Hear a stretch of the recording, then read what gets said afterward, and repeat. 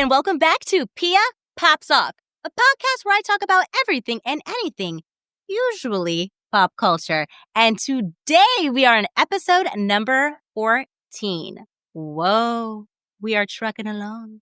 And today we are popping off with the usual suspects, my Bravo sleuths, my besties, Shirla and Jaleeza, and we are recapping Summer House. So right now, the podcast is doing a Summer House overhaul, and after Summer House, we will return to our regularly scheduled program, which is anything and everything pop culture. But what I've been doing is sprinkling in pop culture or relevant pop culture moments that has happened that I find interesting during the top of the episode before we get into the Summer House recap, so you still get a daily dose or a weekly dose of pop culture. So today we're going to be covering Summer House episode number 7. Oh my gosh, we're on episode number 7. And this was a really good episode. And I had lots of notes. I had lots of opinions. And a lot of stuff happened with the cast on both. Actually, a lot of things happened with a lot of the cast or the cast members on Bravo in general, on social media and on Watch What Happens Live. It was a big week. So I have a feeling that we're going to really get into it this episode when I get Shirla and Jaleeza into the group chat. And the only Pia Pop business that I have to attend to today is I have an investment opportunity. And if you're a Summer House fan, which is probably why you're here listening to this episode, unlike Carl and his soft bar investment opportunity, we have an amazing opportunity here at Soft Bar, and the only way we can really bring this to life is we need a little bit of your help. And what we're asking you guys is to get involved. We are doing a crowdfunding campaign, so you can own a piece of Soft Bar. You can invest as little as $250. I have an investment opportunity that will cost you no money, and that is to hit that subscribe button so you can support this podcast so we can get this out to a lot more people. And also, don't forget to hit the like button and the notification bell so you can stay notified when I drop another recap of Summer House. It's that simple. That's how you can invest in this podcast. And it's free. And you get to say that you're a day one listener. Oh, isn't that amazing? Return on investment. Let's help build this podcast. All right. That's all the Pia Pop business I have to attend to today. And let's just spring right into it, into summer. Because summer should be fun. And I'm over spring. And let's join Shirla and Jaleeza in the group chat. Have fun. I'm out of here. Hello, ladies, and welcome back to Pia Pops Off with my besties, Shirla and Jaleeza. Hello. Like, how was I podcasting without you? I find it so pleasurable to podcast with you. And I'm finally about to be caught up today with because Africa really put me behind with everything. I'm not even kidding. With the whole continent? The whole continent put me behind because I had recorded 2 podcast episodes and I was supposed to edit it while we were there. And then, we were really busy and then malfunctioning. So then it just put me so behind. So I had I was overwhelmed. But now I'm finally caught up. I'm about to post our episode 5 and 6 today. I'm not going to do as much of the graphic. I halfway through, I was because it was 3 hours long. Did you know this was for 3 hours? No. I do know my computer died. So probably. Yes. No. And I was there must be some stuff I can cut out. I was I'm going to cut out the whole stuff that we talked about Justin Bieber and Haley. I'm just going to cut that out. It wasn't even that long. And then I was also it was interesting. So I'm keeping it in. And then, I was there must be some stuff in between that we talked about that we can cut out. I was no, it's all good. It's all good shit. Here. It was I'm not even kidding you. So at a certain point, I was I'm gonna just to get the episode out, I'm just gonna cut not really do as many graphics for this particular one, the 5 and 6 one, and because the content is just contenting it's just good. Yeah, I was listening. I'm so sorry. And I'm gonna talk about me. I'm just listening to you guys. I was the points. The points are pointing. I was literally listening while I was editing, and I was I was yes, Shirley, yes, Jaleeza. See, we were made for this. It was so good. You guys are a natural. It was great. I'm not even kidding. We're just following your lead. Exactly. You're making it's all a testament to you because you make us feel comfortable. It's literally like a girl chat. So it feels great. and then we starting to get like a few comments on the YouTube, like, so I'm happy that people are starting to enter the chat. And Yes. So hopefully we really do get like a good little Bravo sleuth chat going. Like, can you imagine? It just started out with us three, and like we're gonna have like so many different people in it, and Love it. because we need the perspectives. Because even when I was editing episodes 5 and 6, like we all had such like different viewpoints, but like a little bit similar. But then we would like, oh, I agree with this, or I don't agree with that. Like, it was great. It was like a productive conversation. I like that. Awesome. Can't wait to listen. Yeah. I know. Then somebody on the YouTube on the last episode, on episode 4 that we posted, she said she actually listens to the Toast podcast, which is the Spritz company podcast people. Yeah. And so she had like a little bit more insight about the dynamics of like in connection of Craig with those two people. So I was like, oh, thank you, girl. See, this is why it is important for comments and people to join the chat, because everybody has a different point and like a piece of the puzzle. And we're just like, we're piecing it together. We're open, so we're not set in our ways. We literally, no. The moment we get, like, same thing, like, we all say, like, how much, like, we like Lindsay, she's great for reality TV. But if you give us a piece of evidence and be like, no, look at her this way, we'd be like, okay, let me actually see what you're talking about. We're not like, she could do no wrong. Like, we're very much open to everything. Exactly. Like, again, I think I said this to, when I was doing the Bravo, All Things Summer House recap with Josh. I think his TikTok handle is Josh, the Real Housewives of New York fan or something. I don't know. I'll put it on the screen. But Josh, I was saying I am not blindly loyal to anybody. I will, if you give me some tangible evidence, I'm going to take it in and I'm going to evaluate, and I might shift my perspective. Because I mean, I don't know. Like, I don't understand why people are blindly loyal to people that they don't know, especially. It's funny that you said blindly loyal. Call back to Real Housewives of Beverly Hills. Perfect segue, girl, because that's in my notes. Because I like that we start off with kind of getting a little bit of the, pop culture highlights of the week. And 2 highlights for me that I wanted to talk about. And if you guys have something that you want to talk about too, please feel free. Just jump in. But 2 things I wanted to talk about that was going on this week was, I'll first start off with, I want to say, thank God Yolanda Saldivar is denied. Parole has been denied. Like, didn't sis knew that she would be safer in jail than outside? Like, a part of me thinks that she's been popping off at the mouth in like that really disgusting, I forget what network even produced it at this point. I can't remember. Was it ID? I think it was ID. Was it Discovery ID? Last year, that documentary where Yolanda's family and Yolanda herself was interviewed, and she's taking no accountability still and doubling down and even going as far as to blame Selena herself for her own murder. Crazy. And then besmirching this poor woman who you took her life at the age of 23 years old, besmirching her name by putting out salacious gossip about her having an affair. And guess what, bitch? Even if she did have an affair, you take her life? What does that constitute as murder, whore? Yeah, you literally took her life. Oh, I'm so, like, I fucking hate that fucking raggedy bitch so much. And there's enough information out there. We know the story. We know what happened. Like, you didn't care about her love life. Like, no, it's gross. And I'm glad she is staying in prison because that's where she belongs.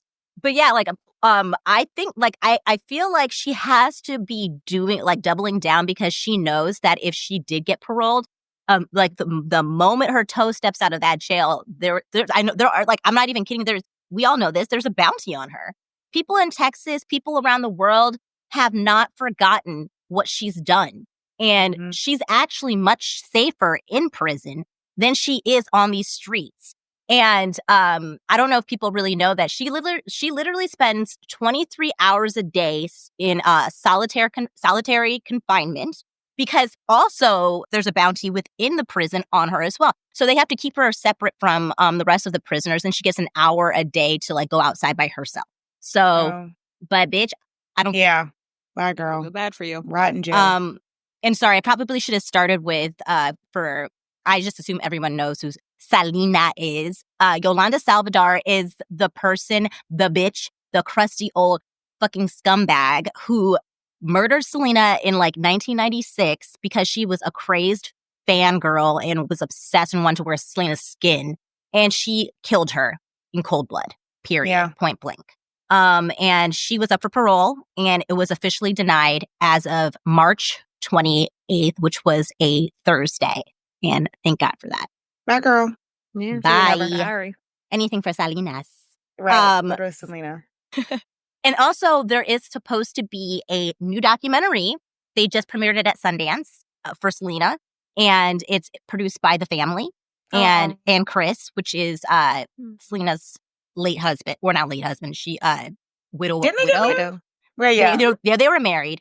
But yeah, he was married to Selena, and I'm happy that they collaborated with Chris, because I know that they've had a strained relationship over the years. And I'm glad that they finally come to a point where that they can actually work together to preserve the legacy of Selena. Because obviously they both love Selena, the family, and Chris. So that's good too. So I can't wait to see that. That was such a well done movie too. I know. J-Lo's best. I still love it. Literally, she can't even top that anymore. I still, I was eating my thin crust pizza because of Selena. I put hot sauce on my pizza because of Selena. And I'm so sad that she took that lady's life. But she did so much. She did so much. And so young. What else could she have done? What would her career have looked like had she not been murdered? The thing is, she was just, because she, in her last year of life, she had just made that amazing leap over into the American market. Yeah. Because it was all originally just Spanish, and then she made that first English album, and she won all those Grammys. And I fucking damn it, fucking bitch. Yeah, she can piss me off. I gotta stop. She doesn't get any more air like that. Yeah, whatever. Yolanda, we don't talk about her. No, she's done. Looking old, crusty. Oh, shit. Okay. So moving right on. Then we go on to some other dusty hoes. Real Housewives of Beverly Hills. I am pissed. And this is not going to be a recap of what happened on the episode. This is a recap of what happened on Watch What Happens Live, specifically with Erica and Bose. And did you guys watch What Happens Live? Yes. Yeah, I saw clips. I didn't watch the whole thing, but I saw enough to. Yeah, I didn't watch the full episode, but I saw enough. I saw enough of what I needed to see. Yeah. And if you guys are not familiar, on Real Housewives of Beverly Hills, they're going to be airing the finale, and the reunion is going to start up. But ahead of that, Garcelle announced that she will not be returning to the Real Housewives of Beverly Hills, and I completely understand why. Those women, the audience, they don't deserve somebody like Garcelle. And I'm happy that she's protecting her peace, and I'm happy she got what she needed to get from Real Housewives of Beverly Hills, and I'm glad she's leaving, and I'm glad she left looking fucking great. Amazing. The best dress, and that really ate Erica alive. Ate her. That Garcelle was the best dress. And also the fact that Garcelle don't need this show. She had to remind folks that she is still booked and busy in movies, in TV shows. Yeah. She didn't have the backs of victims or her husband to pay for her career, Erica. Yeah. Garcelle did it her on her own. homes. And she's in rented she's houses, done rented. and it only Thank gotten you. busier. Yeah. Right. There is just so many things that piss me off about the way in which that cast treats Garcelle. And Sutton, you can go to fucking hell as well, because I agree. Garcelle, one of the main reasons Garcelle was not welcomed as much in this group is because she was defending your raggedy bitch ass. And the thing is, I have been always very indifferent to Sutton. I never hated her. but I never was like, she's my favorite person in the entire world. I saw her flaws and all, but like, whatever. But like, Sutton, really? You really want to be Kyle's bestie that bad that you turned your back on the one person that is constantly defending you?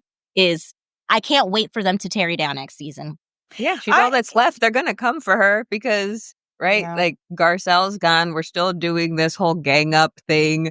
And yeah, I mean, I don't feel bad for Sutton and the way she kind of just flipped so quickly because what has Kyle done for her?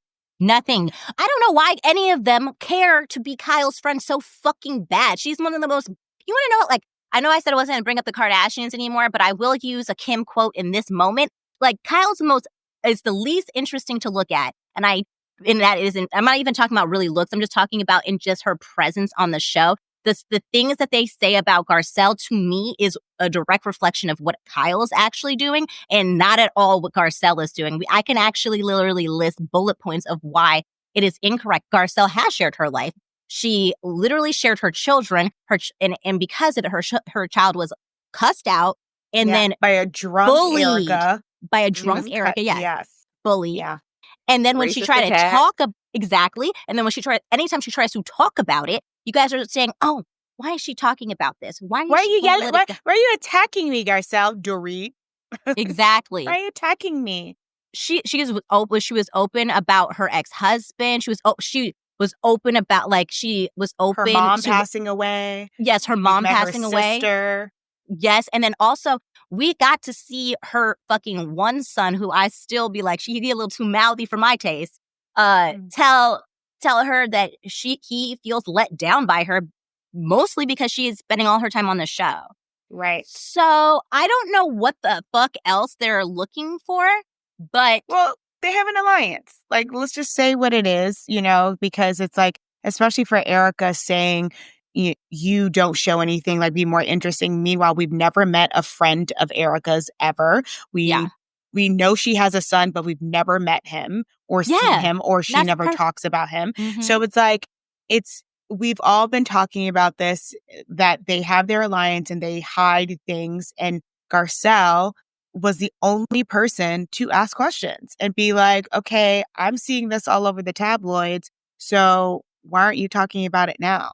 Exactly. And they don't like that because, and unfortunately, when you say about like, okay, why does everybody want to bow to Kyle? Kyle owns Beverly Hills. It's just, that's the fact. And Sutton has this whole thing of, I think Sutton sees Kyle just like how she sees her mom. She is the mother of the franchise and she wants that acceptance, and she just can't see that you don't need it. Like, out of all the groups, we would rather hang out with Jennifer Tilly, Garcelle, and Sutton versus that other crew. They suck. Yeah, they're so 100%. Boring. They're so boring.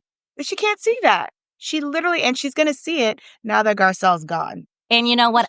I'm like, this is kind of how I felt about Lindsay.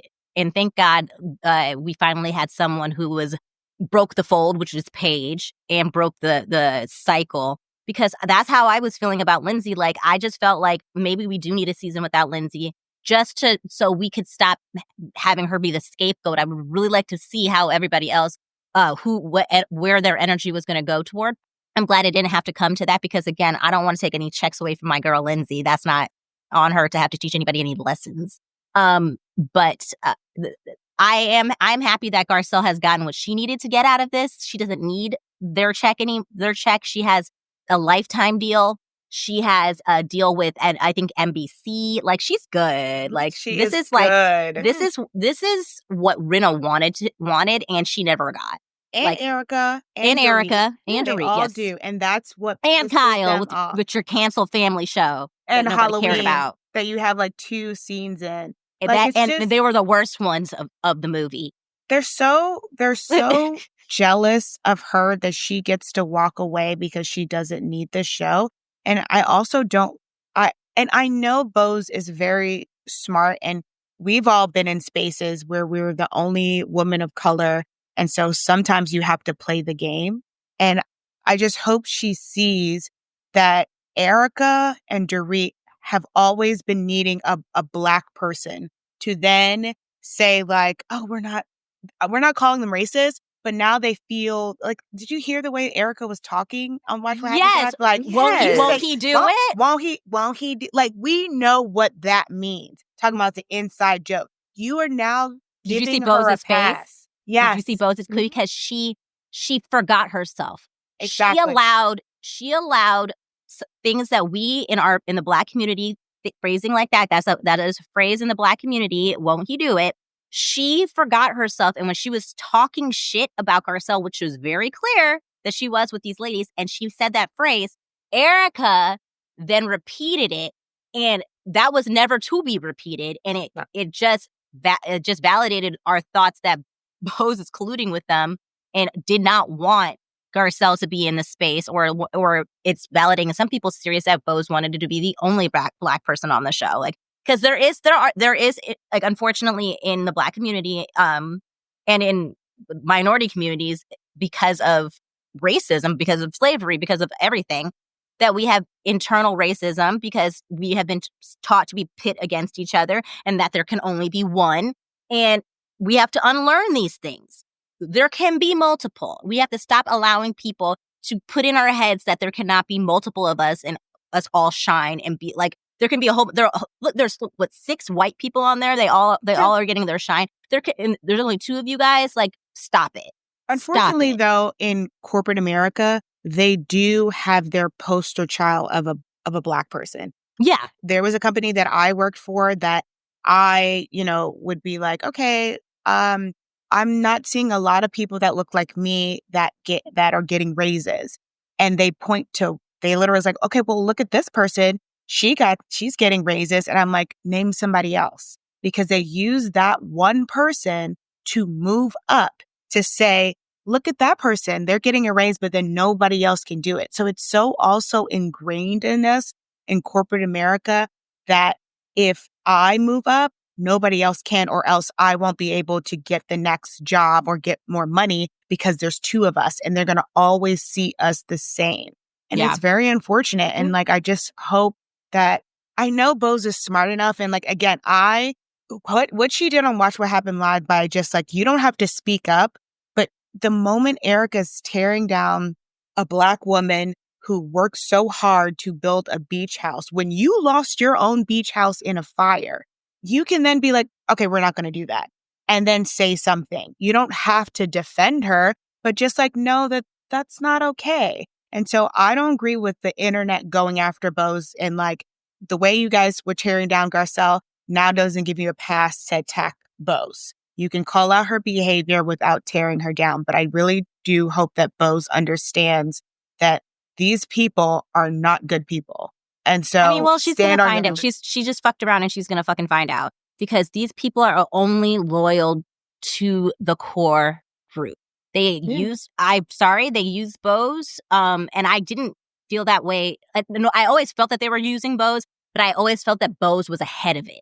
And this was the first time I really felt like, oh shit, she got caught up. You're right. Yeah. And the thing is, to your point, Shirla, I have my feelings about the whole thing, because the more I like really let that whole thing sink in, I am really disappointed and like upset with Bose. But I'm not going to take the opportunity to like pile on her, because it's already going to happen. And I know it's going to happen, like, especially next season when there is no one else to do it to. So it's like, I'm not going to add on to it, but I hope that this is a learning lesson and she takes it in. And I don't know. It's unfortunate. I hope that she saw how quickly those fans turn. This is what That's what I'm Garcelle was saying. dealing with for so long. And like, now you see how quickly they turn, and they will forgive those 6 to 7 white women. But you're now the new Garcelle that's going to be like, whatever you do, it's going to be, oh, you're making everything about race. Even when, and I saw the one part of the clip too of the reunion. She did something similar that Anne Marie did. Like, she was like, oh, Garcelle, Sutton said something in your present and you didn't say that was wrong. And Bose did the same exact thing. Yeah, that's what I'm saying. More stuff is sinking in. And that's why I'm like, I'm trying to tread lightly, which I'm so happy I'm like not really doing any content on Real Housewives of Beverly Hills because I just like, I'm actually kind of like, I know we said, oh, they finally are coming back. I'm retracting that. I'm so They're fucking over. done with that. I'm done with them. So done with They've Real got Housewives to. of Beverly They've Hills. I'm got to so shake things done. up. Yeah, We're also we need like moving not away a from the reboot, plot. but we need like a little bit of a cash shakeup. They need to get rid of like 2 or 3 and refresh it. Because if this I is how don't they're moving even- into next season, I might have to give it up. But who could we even get rid of? Like I All don't the like poor people. Kyle, We are needs. Erica. No, that's what I mean. But how does it not become a? But my problem is then how does it not become a reboot? Because all the people I want to get rid of would, in my opinion, make it into a reboot. I'd You be could willing also to give bring- Bose another. But Oh, she's yeah, not. Rose. But I wouldn't consider her. Maybe keep Dorit as like a friend of. Maybe keep Kyle in a limited No, capacity. she needs to go. She needs to No, learn. Kyle a lesson. needs to go. She has to. But Kyle they need is one of the they need to reasons clear why some people house. can't keep move Jennifer Tilly. forward. She's funny. Yeah. I think they could bring people back. I don't think they need to introduce to so many new people. Like you could I bring, agree. I think that's where it is. Yeah, and we're also I think moving away from the plot of like this used to be the richest franchise, and now people are needing the show because they're going like me and Erica probably get the same amount of money at this point, and it's just We're both like, renting. why is she there? Exactly. yeah. Why is she there? Like, get rid of those. Dorit can go, Erica can go, Kyle can go. I and actually bring people back. I think that combining Jaleesa, what you and Shirla said, I think that actually might be the best formula moving forward for Bravo across the network. Instead of, I think that we're really new peopled out on every fucking show. I think that we take a pause on bringing new people onto the network because there is something off in general about Bravo right now. And we need to take a minute and we need to just go back to the pool of people we have in the past and see if we can like put together a new group of people within a already existing pool of people that we've had. Yeah. I think that that's a happy medium because we do need people that still have connection, that still have a history, because that's also part of the formula that makes these shows so iconic is that they have to have a genuine connection and friendship. Otherwise, it's erroneous. It's erroneous. Like no one cares to see this. We need that so history. True. Yeah. Because now they're starting to, like Beverly Hills and all the housewives, they're starting to act like coworkers. And it's like, we need that whole thing of like, there is some type of tension because I've known this lady for 15 years. I worked a little bit with her. There's some type of connection and we still hang out with each other outside of filming. Yeah. Like, it can't just be, oh, it's time to film. Oh, I have to sit on do this one-on-one with her and I've never met her.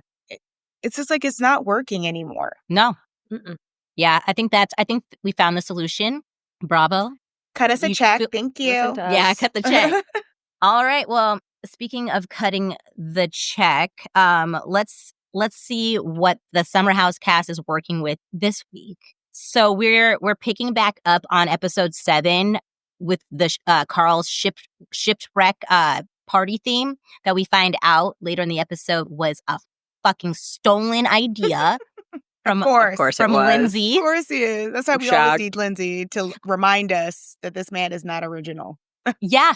And it's so funny because it's like, I kept on realizing like this party does look like a lot of fun. I was like, okay, good job, Carl. But then to find out that it was Lindsay's idea made a lot more sense because when he was when Carl last episode was saying like, oh, I had an idea that we should do a shipwreck party because I'm from Pittsburgh and pirates and da-da-da-da. I was like, okay, cool. And I was like, but that only can come from a creative genius that's in something like marketing, like PR, and that is Lindsay's hub house, literally. Exactly. Because he was probably looking at, because everybody essentially needs to throw a party. And if they didn't break up last season, because I don't think Carl threw a party last season. No. I can't remember. So he probably was like, oh, what type of party I should throw last season? And she came up with a list. Yes. Yeah.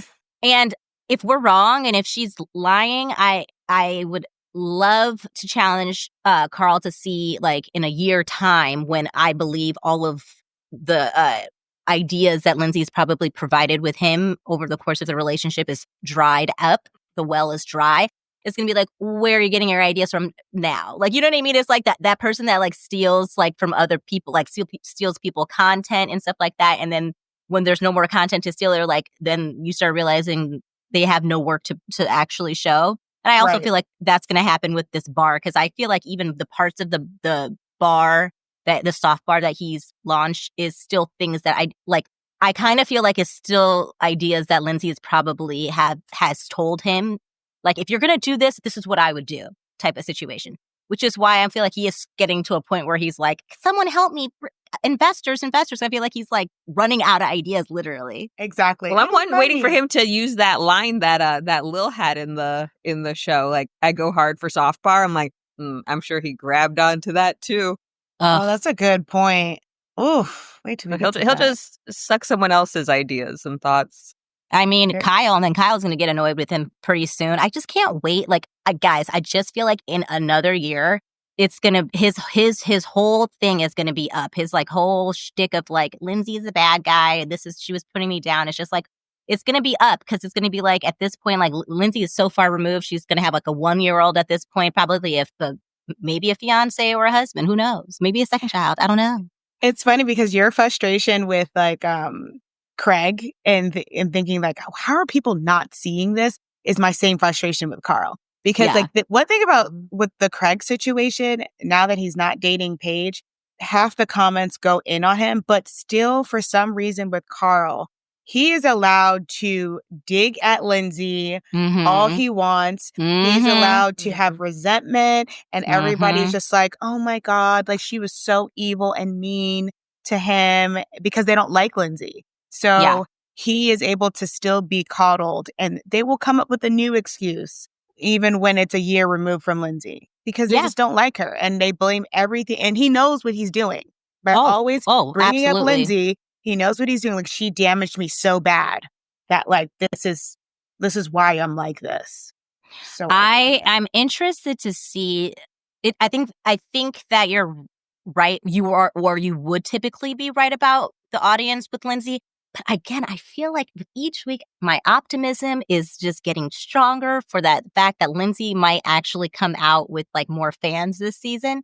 And watching I know, but you know, and I get that. And you be the nervous. I'm gonna be the positive. Jaleeza, you gonna be the like, keep us all balanced. Yeah, and it's still coming when she gonna yell at him at that table, and I don't know what it's gonna be about. Well, the mid-season trailer, that's what made me a little bit more optimistic for when that comes, because now that we have gotten a couple episodes with Carl's new friend Lil, I think the mid-season trailer has definitely confirmed that is a person that Lindsay is accusing him of talking to or being inappropriate with while they were still together. And I feel like he's like, just like kind of like Craig, like he finally might have just run out of like people like being protected by the fans, because I think people are going to be like, I'm hoping. I know. I don't. The way they go at just the weirdest things, like how they be going at Garcelle, how they now go after Paige, anything about these men, they protect them, and they will find blinders on. They do, but I'm hoping our girl Lindsay has some like tangible receipts that she can bring to the reunion to prove something. Because then it's like, what are we going to do? And then also, if we have Paige, like, we finally have some real backup. I'm like, maybe we can finally turn this around. I'm being optimistic. You are, because like at the end of the day, they'll still be like, well, you're pregnant now. Get over it. They'll figure out a way.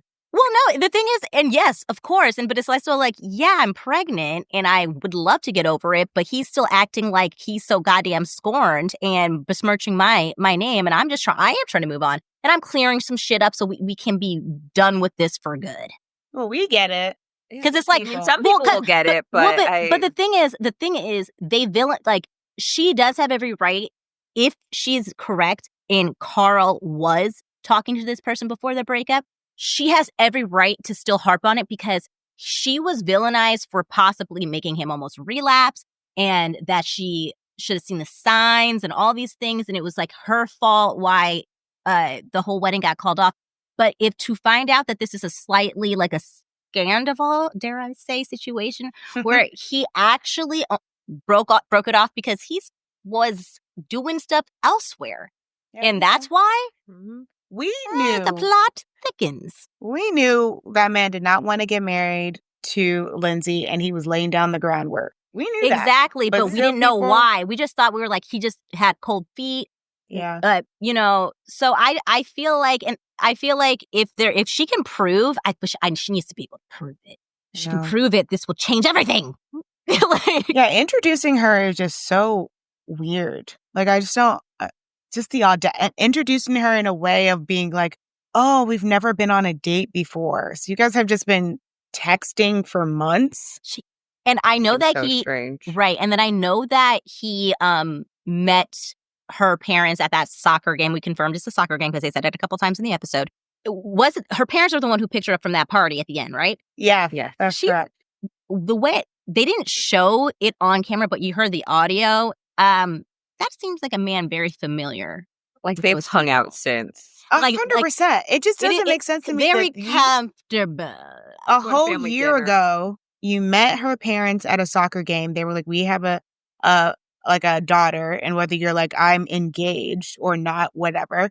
And so even if you didn't talk to her the whole summer and didn't hang out, that winter, nothing. So you wait till the next summer to bring her on the show, and then haven't even taken her out yet. It's just not adding to the up. house where your ex-fiance also lives. You didn't take the time to meet her in the city over those months. Like you want to bring her here on camera. Exactly. It just doesn't sound right to me. Yeah, and there's certain things that Lil was also saying in that little weird ass exchange, and I'm still doubling down on the fact that that lady with her magic cards coming out of nowhere. Magicians are dope. When I have free time, I would love to either A, go to magic school, or B, just like learn magic school. So. Also, wait, can you just know what's in my purse at all times? Yeah. You're ready for magic. What? I like magic too. I like magic, not her magic. That's some black magic. I don't know what the fuck magic that is. She can't even do magic. That was the weirder part. She's just carrying the cards around. She can't do anything. No, that's some devil magic. I don't know what that was, but I don't like that magic. Child. But no, all of it seemed very like in that conversation, she was saying things to me like either she definitely watched the show. I know she watched the show. Mm-hmm. or like she was just privy to stuff that was happening, I don't know, last summer. I just feel like she was saying things that like, oh, I like support, like she was just overly supportive about the soft bar, just like things that like completely going, not paralleling, but going opposite of how Lindsay was, to prove like, again, this breadcrumbing Carl let's do to nail down the point that he can be in a relationship. He just has to be in a relationship with somebody supported. And I don't know, like something about Lil and the whole arrangement was inauthentic, and I didn't like it. Carl, Craig, Kyle, all the same. They all want women that fangirl over them. And they don't like women who have minds of their own and who are strong. And we're seeing it all playing out with Craig and Paige right now.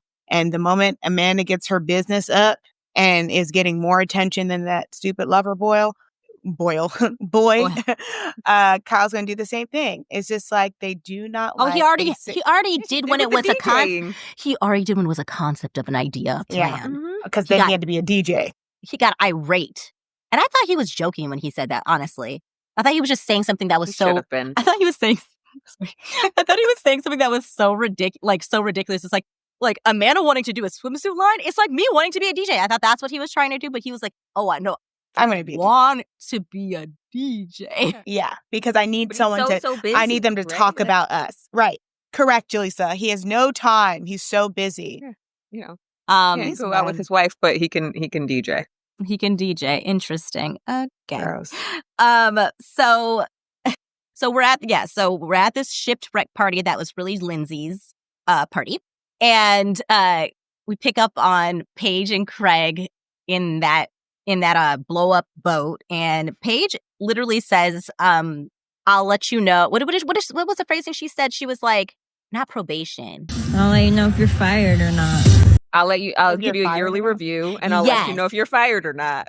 Yes, and Go it's so funny because we do know that Paige has a very like sarcastic, dark humor. Like it could be like it can be perceived as mean because sometimes it is mean, but with a LOL at the end.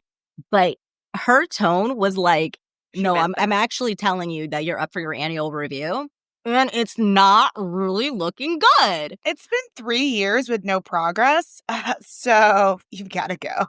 And for Craig to say that he had no idea, no inclination, his face when she said that had every inclination because that wasn't a guy that was like, you're so funny, duh, you're so stupid. No, it was like, oh, like he did not like that.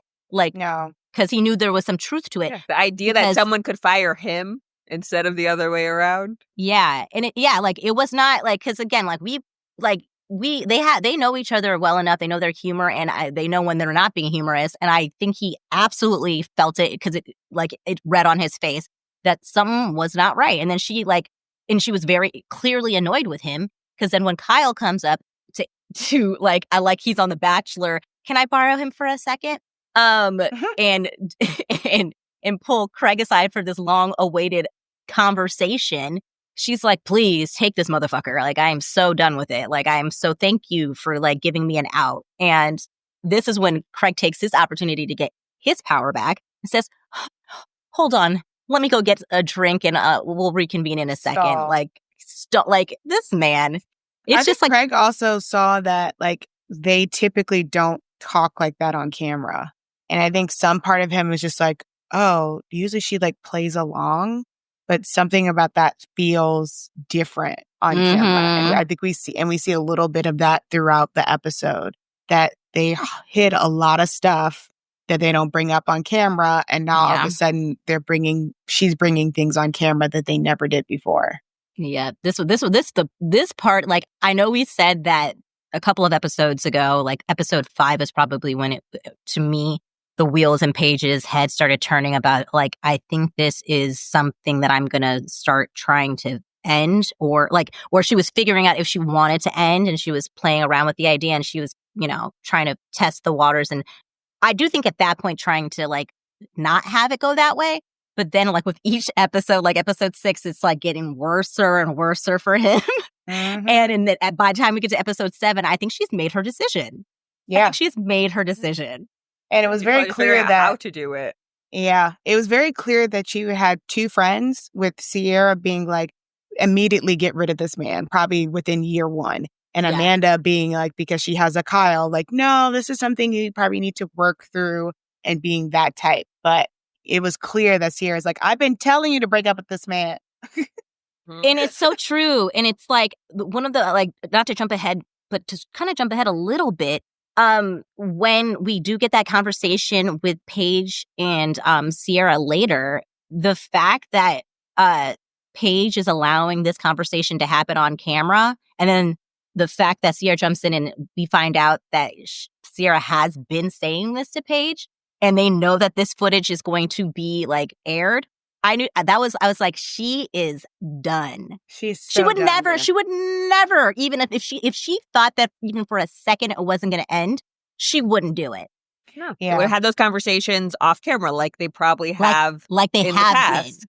And we knew at one point that there was some issues between like Sierra and Craig, and we never knew exactly what it was. But obviously it's been that Sierra's been like, he's a hater. Yeah. And now she's like, well, let the world see what it is, because it's going down. And again, I don't want this person to be back on our TV, but I am, my toxic trait is I am curious to know what Hannah's point of view was this whole time too. Because as we know, Hannah was very vocal about Kyle. And although I don't agree at all of how she handled everything, and I think there was other factors in all of that too, of her lashing out. But like, I don't know, like I can't really, from what I've seen of Hannah, I can't really see her also like just being like, stay with him. Like, you know what I mean? You know what I mean? So I'm kind of curious if she was also saying something to Paige. I'm sure. 100%. Because there's no way that Paige, especially since her being so busy is because of the podcast. Oh, So true. she, Oh, you know, true. yeah. So I'm sure Paige was like, oh, I was dealing with Craig and like we had to film so early and all this stuff. And like, so I'm sure. Yeah, yeah, especially the way that Hannah is, like, even, like, I don't listen to their podcast, but I see clips and stuff like that, and it's very clear, like, Paige and Hannah are very much like, fuck men, fuck misogyny and all that stuff. So, yeah, I'm sure Craig probably actually hates Hannah, because I don't even feel like I ever hear, like, now that I think about it, I don't think I ever really hear Hannah or Craig talk about each other or even see them really much interact unless like like they had to, like there's like no way out of it. Like I don't see like personal hangouts, if that makes sense. No. Agreed. Yeah. I've only ever seen him like with her like when like once in a while when he was backstage at like a Right, Kicking like in a Squad thing.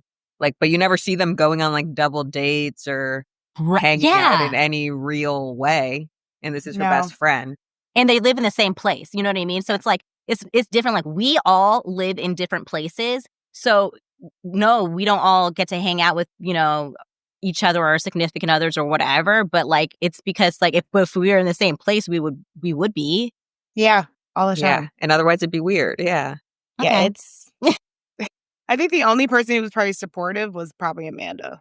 And we Everybody all know else she was like, has poor judgment when it comes to exactly. relationships, and which is why Her relationship advice. I just hope, Sierra, please, like, do not listen to this woman when it comes to Jessie and her Can't wait constantly. for us to get that because I said that. I said these girls ain't girls unless they are best friends. I wrote that down. I was like, sure. I was like, I officially am like just completely with you on that. Okay. Paige excuses herself. Craig doesn't really want to talk to Kyle. But then in Paige's confessional, she says like, you know, she's so annoyed because it's like, it's not that she's not including him in her plans either. Like she's saying he's more than welcome to come on tour with me and all that stuff. He just does not want to. And I know that Craig has a business in Charleston, but like it's not a business where he has to be there every fucking day. I don't feel like He's not like, working the cash register. right. Like I don't understand like and that's why I can't even sew. He's not needed.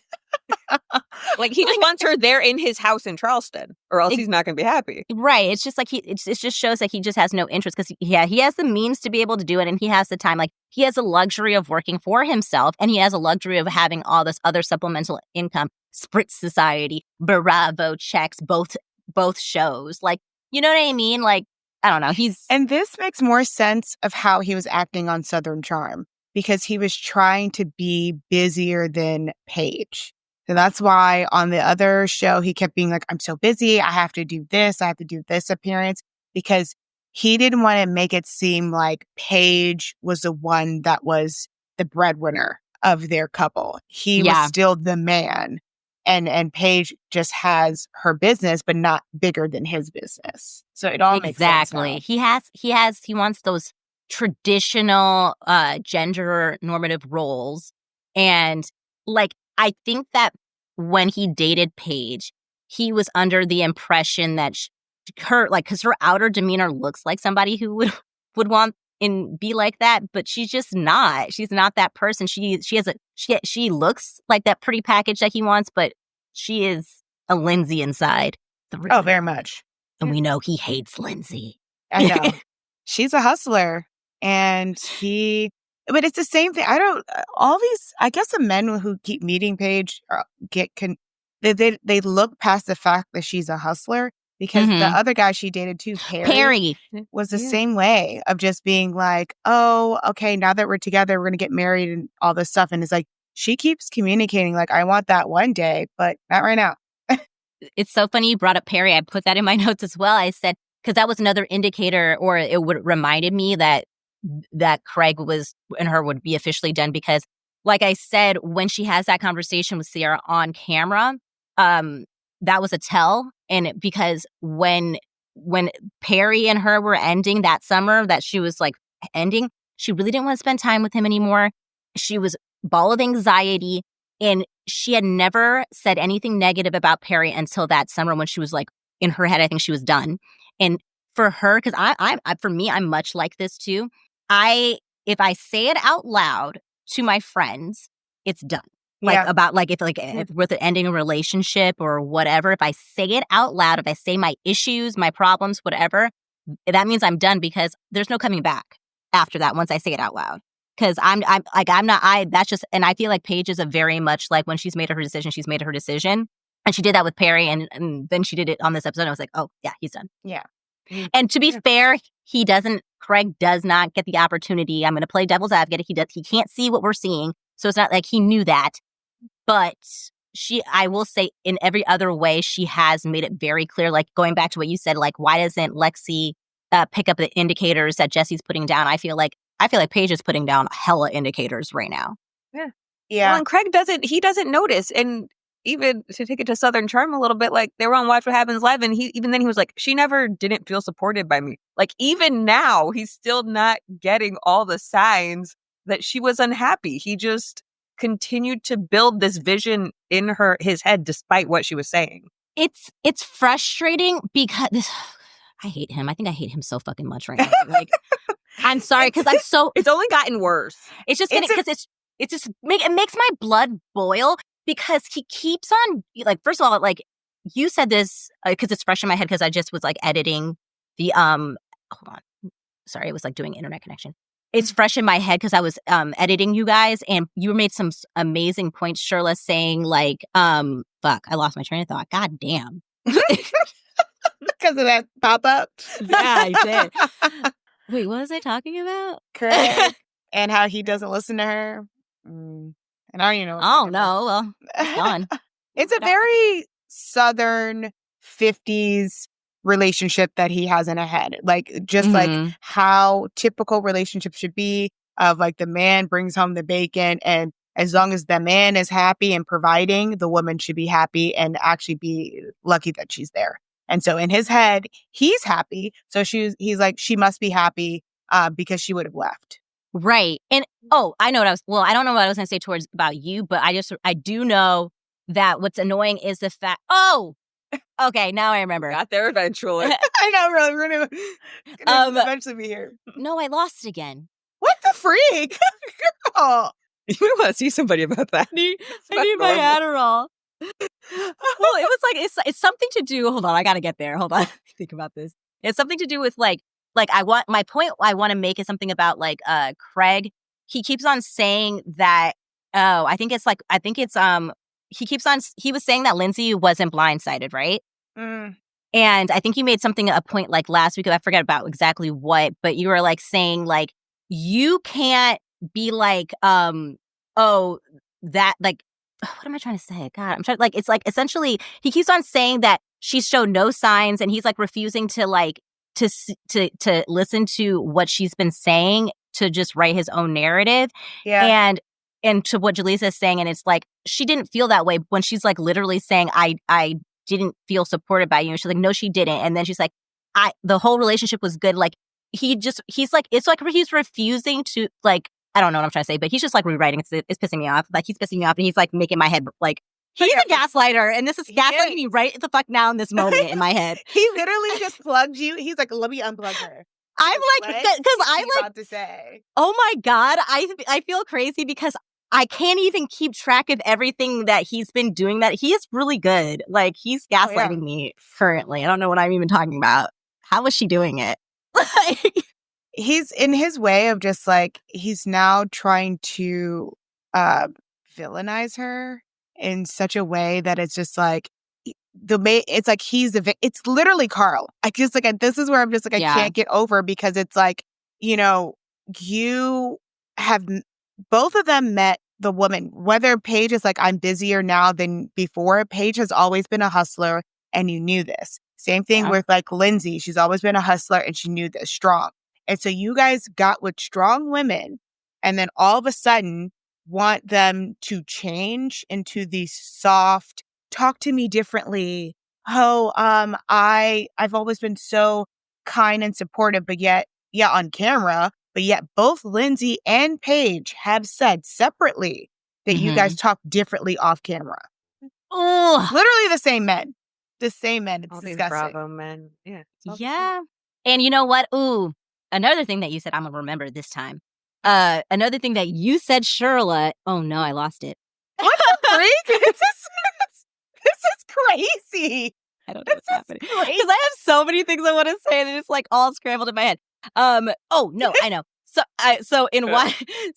On Watch What Happens Live, when he was like with obviously Austin and Shep, Craig, he does that manipulation thing where he's like, you know how he's saying, oh, the relationship was always good, even though Andy is trying to poke holes in it. And he was like, Andy, if the relationship was not good, wasn't it her that went on her podcast with a breakup announcement saying I was the best boyfriend? Yeah. And then, Shirley, you had made a point last episode because Paige spent her entire relationship trying to hide and make Craig and present him as this person. And we were like, we accepted it. Now she is letting us in on all the stuff that she had been feeling and all this other stuff. And Craig is using her own words when she was still trying to protect him in the breakup in that moment against her. Yeah. That was great. And so she said he was the best boyfriend that she had. Mm-hmm. But we know Paige has not been in good relationships. So really, okay, so you were better than those guys. That does not make you the perfect boyfriend. Obviously, or otherwise you'd still be together. Also, right. I just want to point out that I just believe, and I think that everyone else knows this too, that Paige was just trying to be nice because what she was trying to do was not have what is now happening, which I believe Craig lit the fire for. She was trying to make it so it wasn't a dramatic breakup and that was going to cause division in the Bravo universe. And so therefore, when she made the breakup announcement, I believe she was trying to lead with kindness and not air out their dirty details of their business. And also, even though this is what she was feeling, the not supported and all this other stuff, she was going to exit that relationship saying, I want everyone to just, not pick a side, not even not pick a side. She really wanted to keep the peace and just show that you can break up and it be amicable and it didn't have to be dramatic. But the thing is, Craig is a narcissist, in my opinion, and he needs to always be completely correct. And it wasn't on his terms. And he was like, no, that's not what's going to happen. Because what he went around making it seem like they were together a lot longer than they were. And he knew people were going to piece that together. And he said, no, I'm going to look like a liar. And I can't be a liar because I always say I don't lie. And so now I have to make her into the villain. I do think that Paige was anticipating them villainizing her. I think that was, because it was also based off of one of the clips when she's at the mid-season trailer, when she's crying to Sierra, and you can just tell that she's like, I want to get out of this. And that's why she keeps dropping these nuggets of and I don't want it to be compared to what Carl did. Yeah, because it could go that way. I was thinking exactly. that as well. It could go that way. I think she was dropping the nuggets of this is unfortunately the monster that I was protecting. And I kept telling myself that this is normal and it's okay. And I wanted to kind of bring you in on a way of I had these conversations with a friend, Sierra. So it's not like it's coming out of nowhere, Yeah. So she keeps being me and you always have this conversation all the time. And I've had it with Amanda too. So it's a way of her just kind of being I know this fandom and the backlash that I'm going to receive once this actually happens. And they're going to villainize me. And so the best way to do it is just hey, Craig, can I say something on my pod so it could be done? But unfortunately, she didn't realize the monster that she got with, that he uses this type of stuff to make his fake lawyer case. They never think it would turn against her. Exactly. They never think it can happen to them until it does. And you say this often, Shirley, believe people when they show you who they are. Mm-hmm. Believe them. Especially these people who have that beat run. Do you hear it? Someone's ringing. Oh, my phone is ringing on the table. I was like, what? Who the hell still has vibrate? Because I don't have it on ring. I'm sorry. Silent. I didn't. You still use vibrate? I don't even know how to put Why would my phone be on silent when I have a corporate job that people have to contact me? Okay. Listen, bitch, don't come for me because I'm still a child and I still serve tape us, okay? Don't fucking come for my neck. Okay, Craig, because you just gaslit the shit out of me. Because I literally am like, I don't want my phone to be on silent because people are contacting me. And you're like, well, don't come for me because my phone's on silent. It's a preference. I'm sorry. Okay, dude, okay. I'm sorry. I'm sorry. I didn't mean to silence you. Okay, I didn't mean to silence you. It's a fucking vibrating the whole goddamn computer because it was on the table. I was like, you didn't hear it? It was loud as hell. What's your It's phone on silent, but I don't know if I think it vibrates in silent. I don't know. I always have my Apple Watch on, so then I feel the vibrations there. I'm not sure. You got vibrate too? No one ever calls me. I just get slacks. Oh, you got a what? You wouldn't understand. Why would I understand? Now that was shade. No, See, it's just work instant message. Okay, first of all, I have a work instant message and it's called work chat. Okay, it's not called Slacks. Oh yeah, ours is called Slacks. God, I am a creative and I need a flexible job and I cannot be in corporate America. Okay, Carl. Hey, you're not missing anything. Okay, first of all, I've been holding down a job, the same job for 10 years. Okay, you're better than Carl. Carl, literally, you actually are creative. First of all, Shirla, fuck you, because last week he came for my dog and called him Carl, and now you're coming for me. Everybody in your house is Carl, apparently. I had tunnel vision for that Carl. With them sandals he had on. A mess. Oh, those were horrible. Wait, why was I looking at them sandals too? But then I was like, bitch, stop picking on him because it is a pirate theme. But then in my head, I was like, what are you going to do with those sandals afterwards? Exactly. He wasn't dressed like a good pirate at his own party. Anybody else have sandals on? No. No. He looked like the one that swabs the deck, like not even like the captain. Okay. I didn't even think about that. That's crazy. Oh my god. Well, that's because Lindsay didn't give him a costume. He's not even the main character in his own party. That's crazy. Lindsay never got to the costume part of the whole thing. You couldn't even be Captain Hook, like the Jack Sparrow.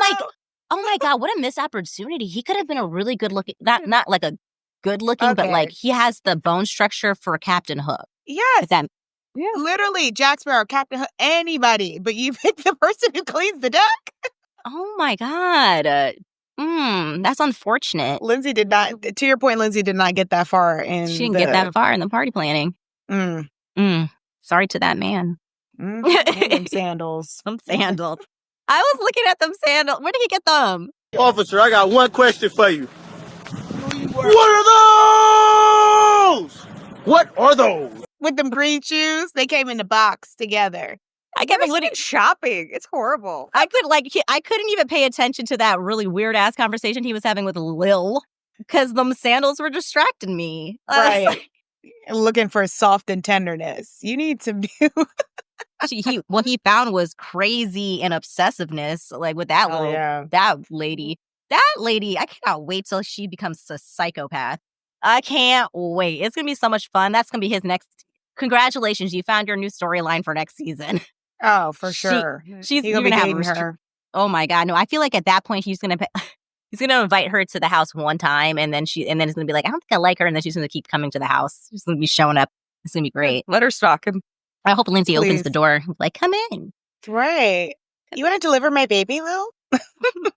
Lil's just like holding Lindsay's baby in the kitchen, the same kitchen that Carl needed softness in. I love that he is inviting her to the opening because he knows Lindsay's going to be there too. Like, this man is just so predictable. What are they I don't know. I just don't see the whole Lil thing. I don't. They felt like siblings. There wasn't any it didn't feel chemistry. It didn't feel sexual. It just felt weird. I don't know. Okay, we're gonna move on because I don't. Also, Gabby. Oh, actually, before we move on to that, Gabby also. It felt like Gabby was she was in the kitchen. I think talking to who was she talking to? Jessie or Emerald? She was talking to somebody, and she was saying okay, and she was saying kind of filling him in about Lil, and I feel like she was gearing up to be the bone collector. Yeah. And I was like, and then it cut off. That is your and then I was like, this is the moment. This is what Gabby, like, if you don't want to share your life, you got to be messy. And I think that Gabby has all of the ingredients to be the perfect messy queen. But I think she's scared, like, to be like. I don't think she's scared. I think they're just cutting her off, kind of like with Emerald. You think like, they're so? not. Yeah, they're. I feel like these producers, for some reason, you kind of made this point earlier about the Housewives. Like, they're going in this different direction. And I think this is why people are so obsessed with storylines, because like the producers find a specific storyline to follow throughout the whole season, and anything that doesn't align with that, they cut off. Because it's like, why don't we know more about Emerald? Why aren't we seeing Emerald talking to other people where he clearly is?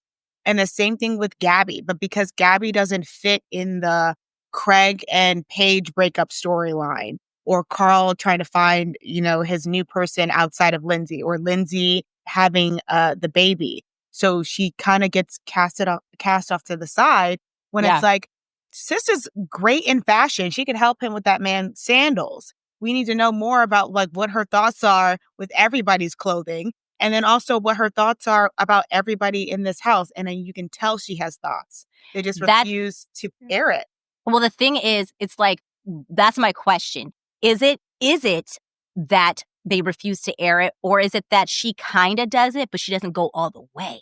And I feel like I kind of want her to go balls to the walls. Like, maybe she already is, but like, I feel like there's a real opportunity to just like blow up Carl's spot, to blow up like Jesse's spot. Like, I feel like I saw that in the mid-season trailer. It just seems like she's saying something towards Jesse. I'm saying, like, even if she is doing it, I feel like the reunion, especially since, like, again, I think that the producers are producing in the moment, and so they might not know what is the best. But now that like the story is airing, they have a better understanding of what the audience wants. And I think that she should be really studying this, because they haven't done the reunion yet. And I think she should have. I wrote down in my notes, I think she should have a Portia moment, because I remember her first season, Portia, people were like, they were thinking that she was going to not get asked back. But then on the reunion, she had that amazing monologue. Maybe after I've done this shows a couple seasons, I won't give a damn either. But for right now, I'm a wife, and I'm trying to figure out things in my marriage. I'm not perfect. Cordell is not perfect by far, but he's my husband. I married him, and we took an oath in front of everyone. And to me, I'm going to represent that to the world to the fullest. I'm not fake. I don't come around trying to just do this, do that, say that, put on no show for y'all. I'm Portia. So. And then she was just really good that whole reunion. Gabby needs to interject on every point. She needs to read every man for. I think she needs to read every single fucking man for filth. That's what she definitely filth at this reunion. And I think she can secure her job. I think she can secure her job. She is the reason that Lindsay knows about the Carl situation, obviously. So, and I hope that's true. Yes, because it's because of what she said, though. She said to Emerald, like, oh, they met. Carl said he's been talking to this girl since summer. And then in the mid-season trailer, Lindsay says the exact same thing. So, and Lindsay wasn't there. So obviously she was the one that said it. So such a good point. She's the one doing these things, but they're not showing us.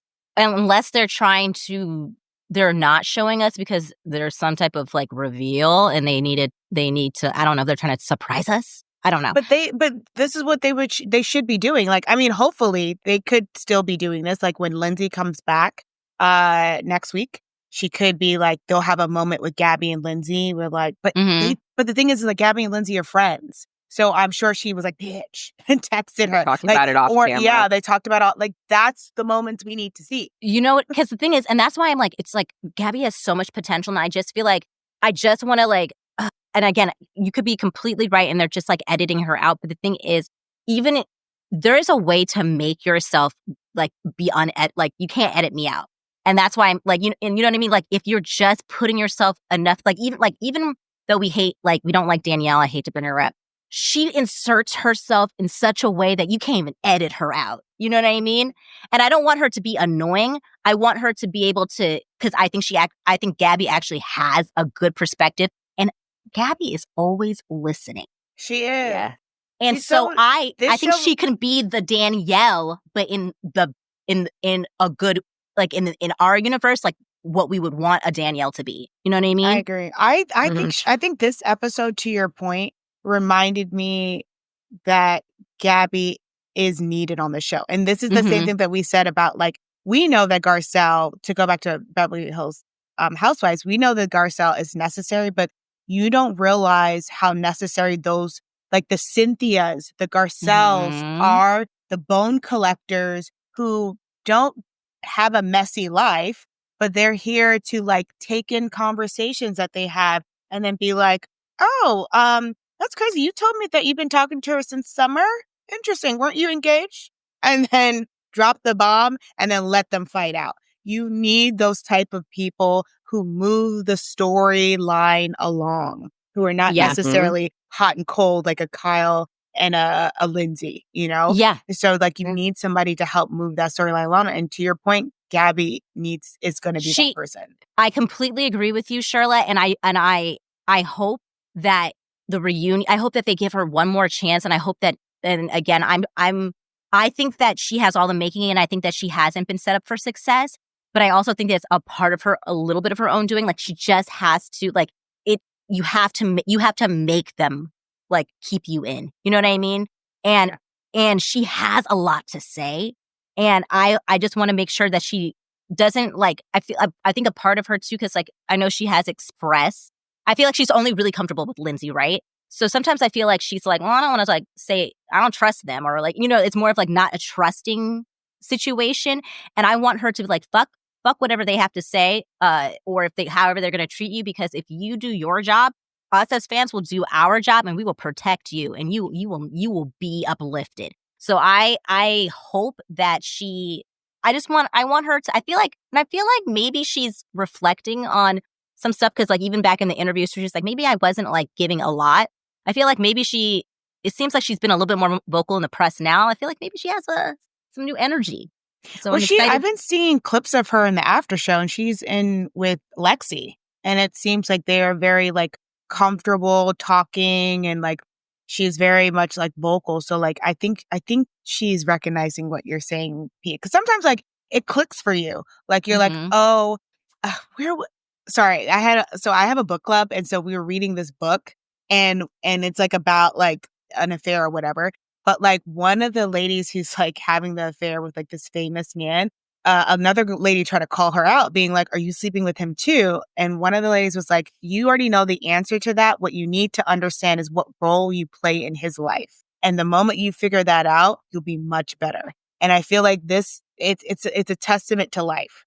Once you figure out in life, like what role or what, you know, purpose you feel like is your life, everything just like clicks and you feel settled. And I think that's what Gabby needs to figure out, what role she plays on this cast. And once she figures that out, sis will be good. Yeah. And I typically only give people 3 seasons to figure it out, but she figured it out right at the tail end. And that's good enough for me. And I also feel bad because I think it was just like one of those, like this 3rd season was a little wonky for her, because the person that needed to bring it all together, like to your point, is Lexi. And then I feel like both her and Lexi are having the same issue, because like it's very clear that like Sierra, Paige, and Amanda have their own clique, and it's really hard to penetrate that group. And then Lindsay's a little preoccupied, even though I don't think that she's like dropping her as a friend, but it's just like she's still trying to figure out her place in the role, and I think she finally figured it out. And especially since I think like her saying that she started to get to know Lexi in the middle of the summer, and then Lexi is having the same issue too. I think it's a good, like, I think that this is good. I think that there's a way to just keep the cast the same. But also, speaking of Lexi, how else would Lexi know about that whole toe thing if it had to have been Gabby? The thing is, it had to be. Well, how would Lindsay know? It would have to be Imrul. Why would Imrul? But why would he? Or were they just were they talking about it? Just like in the house, like nothing? No, they talked about it at the end of the episode, right? So this is the thing. Jesse tried to. Sorry, we're gonna have to go. We're going all the way to the end. A little spoiler. Well, you should have watched the episode. Anywho, Jesse, he's obviously having morning regrets, and because again, he's playing games. He's acting like he's doing all this flirtatious flirtation with Sierra. Then he ends up going into this room no one asked him to go into. Yeah. And then getting his toes sucked. And Allegedly. that's it. Yeah. Okay. For 37 minutes. Okay. Right. Get your toes sucked. Your toes was getting sucked, bitch. Yeah. Okay. Whatever. And None of our business. whether He your tells toes were us. being Right. yeah, like, but whether your toes were being sucked or not, nothing should have been getting sucked up in there. And then the next morning he comes, like, he does, unless West says something, because the only person he said anything to on camera so far, besides like in the confessionals, was to West. So, and then when he was at the pool, he was like, then he was playing like nothing happened. Like he was just trying to be a spectator. And he was like, oh, I just went in there just because I wanted to see. And they wanted me to join. But like, I was like, Lexi? Lexi's better than a foursome. Like, hell no. Yeah, but And no one in everybody, the silence. But The that's my silence was point. deafening around that pool. Everyone's like, bitch, please. But that's my point. So how else would have Lexi, like, Well, Wes is Emerald not was in the telling- room. Yes, but Emerald's not telling Lexi that How do we happened. know But that? when the question is, when did Lexi find out? is the Exactly. And question. who would have been the one to tell her? Either, so Gabby went and told Lindsay. And But then why? How Lindsay- would Gabby know though? Gabby was at the house. What do you mean? But- He said at the pool. But he did not say it at the pool, Shirla. He didn't say the toe sucking at the pool. He only said it to West. He said nothing happened. He never said anything about toe sucking he at said the pool. Lexi's better than a foursome. That's what I was trying to say. No. He but made in it. the mid-season trailer, she knows. Yes. So we're So missing that's- something between how she finds out. So the only person that we saw on camera on this episode to be told that was not in that room was West. I have a hard time believing West would say anything because he himself don't want anybody to know his business. Right. So I don't think West would. I don't think So Emerald the only either. I don't. I do. I don't think I so. do. Because West I didn't do. even, Emerald didn't even want to say anything on Watch What Happens Live. Well, maybe. Well, So first you of all, think he's gossiping? I just think, I didn't see Emerald on Watch What Happens Live. So I don't know what the fuck that man did. yeah, he didn't. So they brought up I saw clips of it, but like they brought up this whole situation and like, oh, Jesse, you were in there for 37 minutes and nothing else. And the way Emerald was like mute about it, like he just didn't say anything. It's just like, to me, like, granted, we don't know his personality. I just don't see him gossiping to Lexi. I feel like my whole point, in a way, like, I'm not. I don't think, but discrediting anything. I'm it just might feeling not. like- It might not be that he was doing it directly to Lexi because it's going to pick up probably back on the pool. It could have been as easy as him not realizing he was going to lie, and it could have just been like, "Yeah, and you got your toes sucked." Like, you know, like it could have been like, and then everybody in the house was like, and then Gabby, that could have been like where Gabby's like, and again, like we said, Gabby be listening. So that's my point. My point was I'm trying to make is that I feel like Gabby's understanding her role a little bit. And Yeah, so yeah, yeah. in my mind, granted, I don't know if it's going to happen or not, somehow Lexi finds out and she's either, I don't think she's going to overhear a conversation. She either is No. going to find out through Gabby herself or she's Mhm. going to find out through Lindsay via Gabby. So the point I was just trying to make is that I feel like Gabby's understanding her role and how to move along a storyline. And Jesse may get pissed that it came from Gabby. That is just my hope. They'd had that that moment. point. They also had that moment in the mid-season trailer. Exactly. Maybe Yeah, and also, that's what sorry, it was about. I just thought about this too. Do any of you remember, like, when they were doing like the flashback surveillance footage of Jesse in the room? Yeah.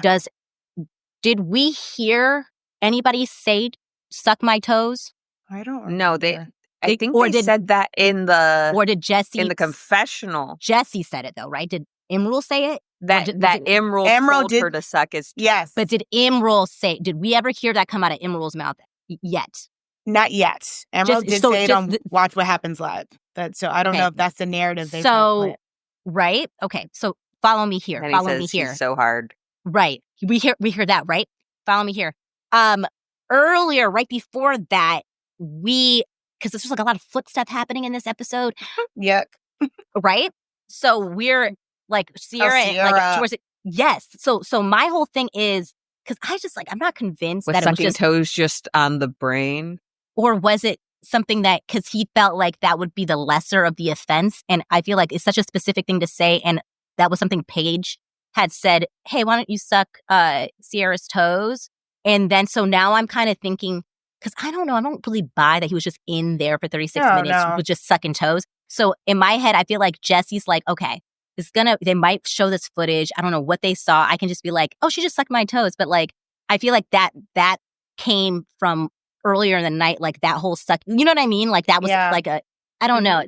I just feel like there was never a sucking of the toes. I don't know. Definitely something more probably happened, but like. And I feel like he told Imru to say it was just sucking of the toes. Like, yeah. I think it was sucking of the, you know what? We don't. I mean, yeah. I mean, I'd believe it. Yeah. Yeah. I don't know. And lie. Right. Because I watched him because he was lying at the pool. He was like, he went from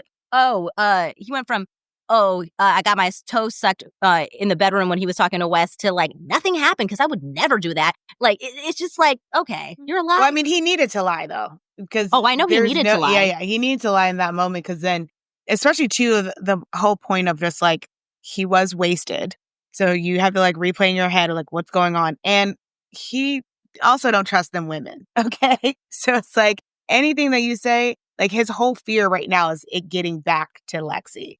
But and why? So, Why is he so fearful when he doesn't seem like he wants? Because like he knows that he's. We all know. I thought we don't like. I thought like I don't know what this. But he's man calling wants. her 50 times a day. Yeah, and that was another thing I wrote. Okay, gross. So pretty much this is for me. This was just completely solidifying this whole episode that my initial feelings that I don't think I like Jesse.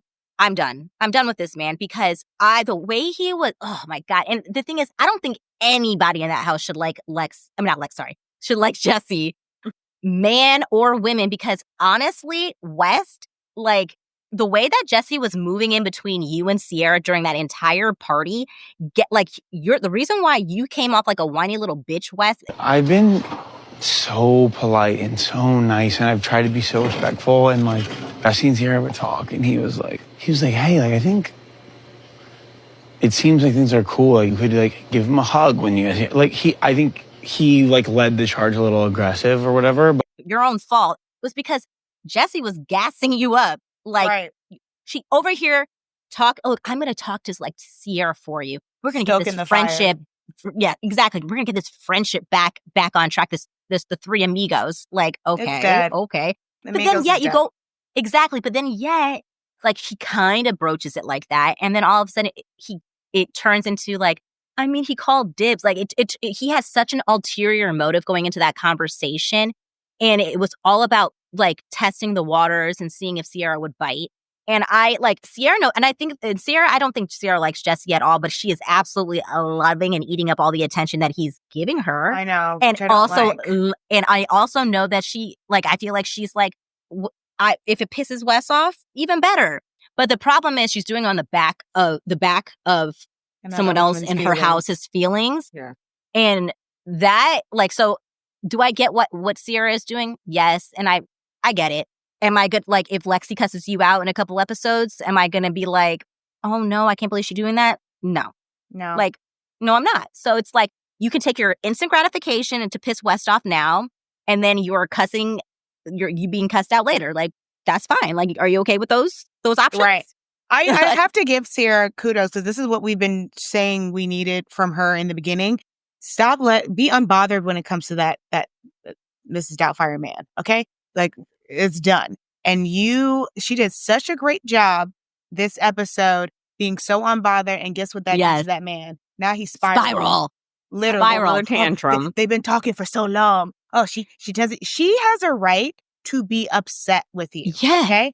And you cannot then police how she acts towards you and be like, oh, I did nothing worse than Austin. Both of y'all made her look like clowned her on television. She could be to be honest with you, you did, because you had the luxury of knowing that how she felt and her fears about that and her embarrassment, and you still went and did it anyway.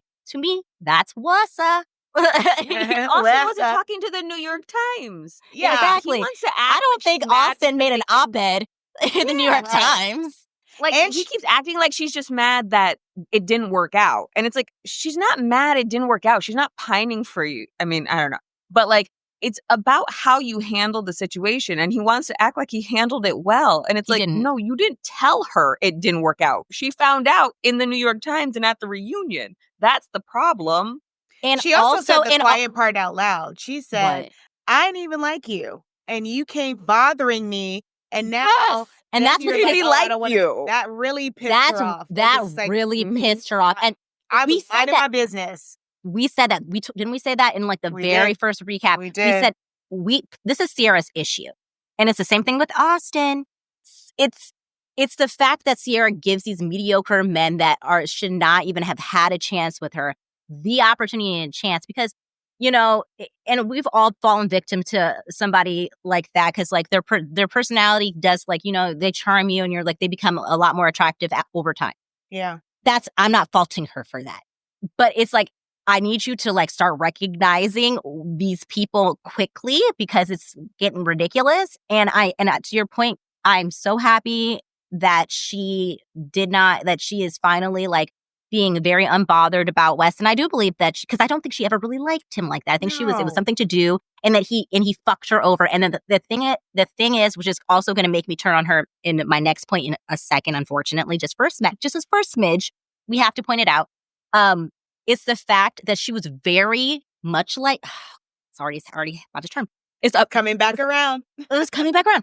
And this is where she also loses me a bit, is because much like Lexi, she, like Sierra last summer, was super transparent about her expectations. They were moving just at the same exact speed as Lexi and Jesse. And she also said that she does not become intimate with people if it's not something serious or going towards that. This is literally everything that Lexi said. The only difference is we haven't had several seasons of Lexi, so we have no allegiance or alliance to her. And she has this, like, I think she has this, we're judging her by book buyer's cover because she's young, she's a model, she seems like she dates for clout. Those are things that people are putting on her. And I feel like once we get past all of that, like, I think that she has a lot more depth than people are giving her credit for. And I think that, like, Sierra, like, playing into Jesse and not giving a fuck that he's literally doing the same thing that West did to her last summer, knowing, and she's aware that that Lexi does not want to have sex with him unless, you know, and I don't know if they have or they will. She's aware. Is she aware? No, she don't, because he did say that. He said it. He said it out loud. He said it last episode. He said she won't have sex. Like, I think it was at that dinner, or maybe it was the 5th episode. He said it in either episode 5 or 6. He was like, yeah, we haven't had sex. And that was when all the girls. The boys. He didn't say it to the boys when they were working out. I thought he said it at the thing, because, like, I don't know, maybe. I feel like they know. I feel like they know, though. But that's the thing is like, and we said this last time, we don't know if they know because they don't talk to her. And it's like, why aren't you guys talking to her? And like, but I agree with you in terms of like, I think I'm less mad with Sierra. I'm not mad at her, but I'm not gonna, yeah. But I'm saying, like, she is in the wrong, but also for the people out there, we're not blaming Jesse. Jesse's horrid, and two things can be true. But Amanda, to me, pissed me off way more, because it's like, why are you egging this on till you hate Sierra?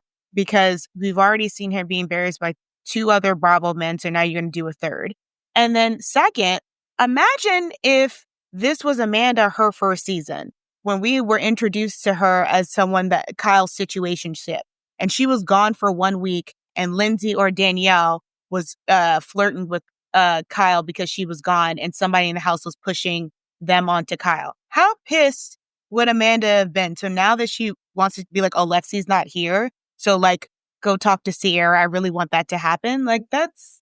What? I don't think and that... Lexi's supposed to be her friend. I mean, that's a know. Bravo friend. Yeah. But that's allegedly her friend. Yeah, it's the same. But the thing is, like, that's why Bravo needs to stop doing that, because it confuses everybody, and it's a little unfair to that. They person met last too. week, right? Like, they did the same thing to Portia and that one. What's her name? Fallon. Oh yeah. Well, then Wes and Jesse, husband. they claimed they were Kyle's friends. Right. Like when Portia on Real Housewives of Atlanta did that to her, the person that she brought in as a friend of Fallon, and then ended up marrying Fallon's husband. We were all like, but that was your friend. We were like, no. She was looking at it was a She's like, it's a Bravo friend. Can change these tiles. Exactly. Even though it's still effed up. It's like you're still in proximity with this person. It's very fucking weird. Yeah. So regardless whether like people need to also like friend or not, that's weird. But I don't think that Amanda hates Ciara as more of she's just willing. She doesn't hate Ciara, but she doesn't care enough about her to not. I think Amanda has a crush on Jesse, and she's doing like that. She's correct. She's doing that. She's doing the thing where she knows she's not Kyle. She's not gonna cheat on Kyle. So she needs somebody to do it for her. And I feel like that woman is like, please fuck this man and tell me how it is. Fuck that man and tell me how it is. Please. Just fuck once. Please. Let me know if it's risk, if the risk is worth it. Like, she's got to get a review before she decides. I know. She's like, I don't know. Because if I'm going to do it, I need to know. Before I break up my whole family. Yeah, but she's willing to embarrass her friend for like her own entertainment. Absolutely. Because the thing is, I'm sorry. And Amanda is the number one person that was like, you can't stop flirting with her. She loves it because you know why? Because Kyle doesn't. Kyle doesn't do it. Yeah. And and the thing is, and I also it's like I also get it, Amanda. Like I'm not even mad at. By the way, not mad at Amanda about it because Kyle don't deserve anything. Oh. I'm not mad about it. I'm just like Amanda, though. You can't do that. Ciara is your friend. Please stop doing that. Like, do not get your fix through your friend. Like she's been through enough. She cannot take another one. And I also I wrote in my notes. I was like, I just know Paige is in the background somewhere being like, just don't listen to Amanda. She doesn't have any fucking sense, like at all. Even if I feel like even if Ciara was thinking about it for a second, she was probably like, I just know Paige was like, no, bitch, no. You are going to listen to that woman, the woman that married a man that thought that I know they going in on her on their separate side texts. Like, yes, girl. Paige. I know Paige gathered Ciara, and that's probably why we see in the mid-season trailer, Ciara kind of called Jesse out a little bit. In the mid-season trailer, she said fuck Jesse Solomon. I think she said in the mid-season trailer. And I think it's because I feel like Paige is like, you're going to embarrass yourself. And I cannot have you embarrass yourself not another time. Because I actually think I feel like Ciara and Paige are really good friends. And Amanda is friend by proxy. Like she's definitely friends with Ciara. And I think she likes Ciara, but not like she likes Paige. Yeah, I think Paige is have the her middle best friend. interest. Yeah. Paige is the connector. And Amanda and Paige are very close. And then Paige and Ciara are very close. And then they're just like... Yeah, and I don't think that Amanda is doing this on purpose. I don't even think she realizes, but she just wants it. So she's just like, please, I just need to know. Because it's in what world? But she keeps doing it too, even on Watch What Happens Live of putting them together. After you've seen the episodes and how he was with Lexi, it's just like, why do you keep? And I feel like she's doing it more so now that him and Lexi are not going to end up together. So now she's still overconfident because the thing is, she still feels the way that she feels, and she's still unhappy. I think I wrote down somewhere. I was like, I wrote down. Hold on. I wrote down. Wait, what did I put it? I think I put down that. I think I said something like, Kyle will never emotionally fulfill Amanda. And that is why she keeps pushing Jesse onto Ciara or Ciara onto Jesse, vice versa, because she's just like, she is so dried up in a loveless marriage that she is looking for her kicks in any fucking way. And she is so blind to what's happening. She's in such a deep delusion. It's sad.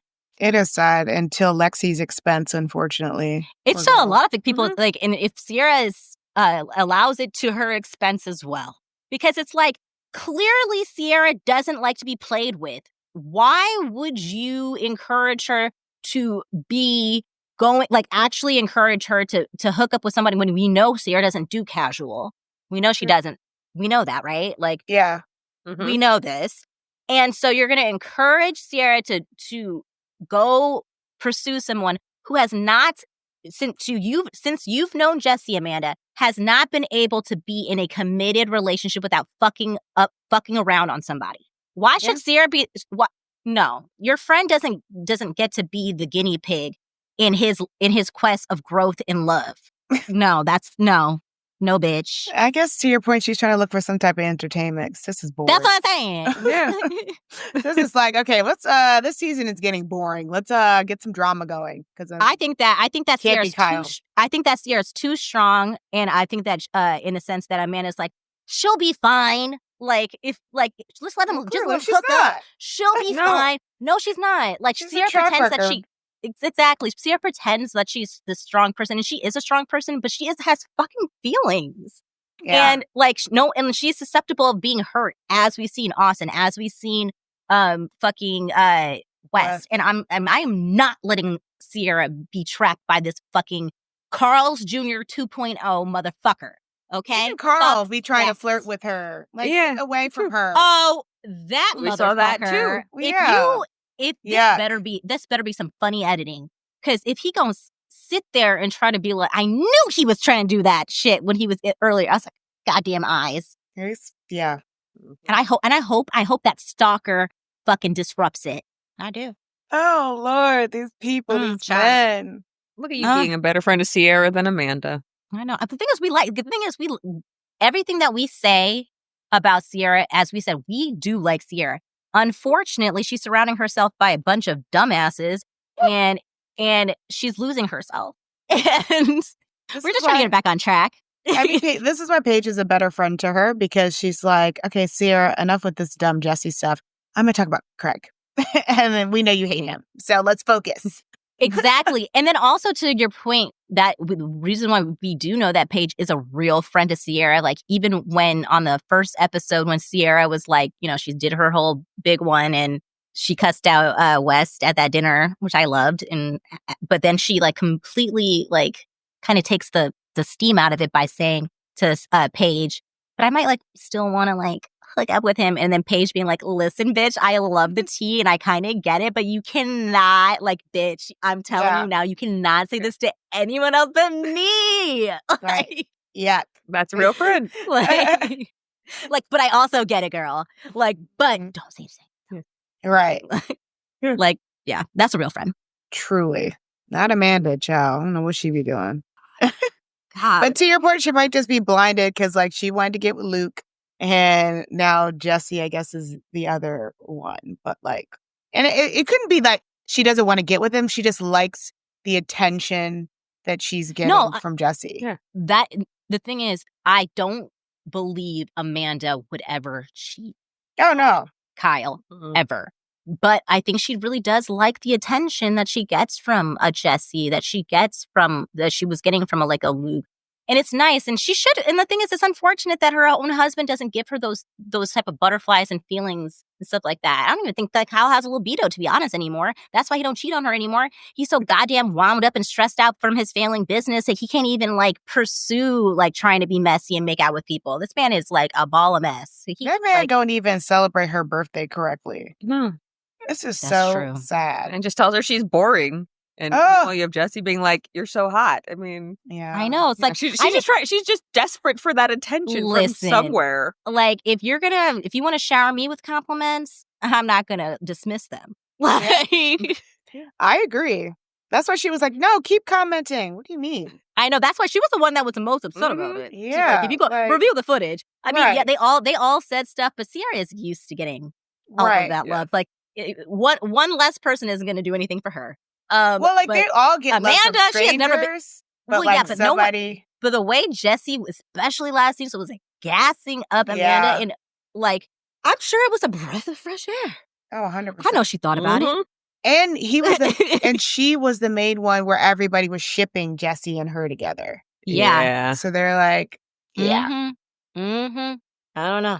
Well, and Kyle does I'm just like, the fact that Kyle doesn't care, it says a lot. Like, I mean, I know that he could be like, he's super secure, but I don't know. Like something about him, not I don't know. Well, he literally has the same thought as Craig. Like, where is she going to go? Yeah, but but the thing is, I feel like even with Craig, if somebody think about this, that's actually a perfect example. What Andrea had to stop the whole flirtatious thing when her and Craig became official. He was not allowed to bring her coffee anymore.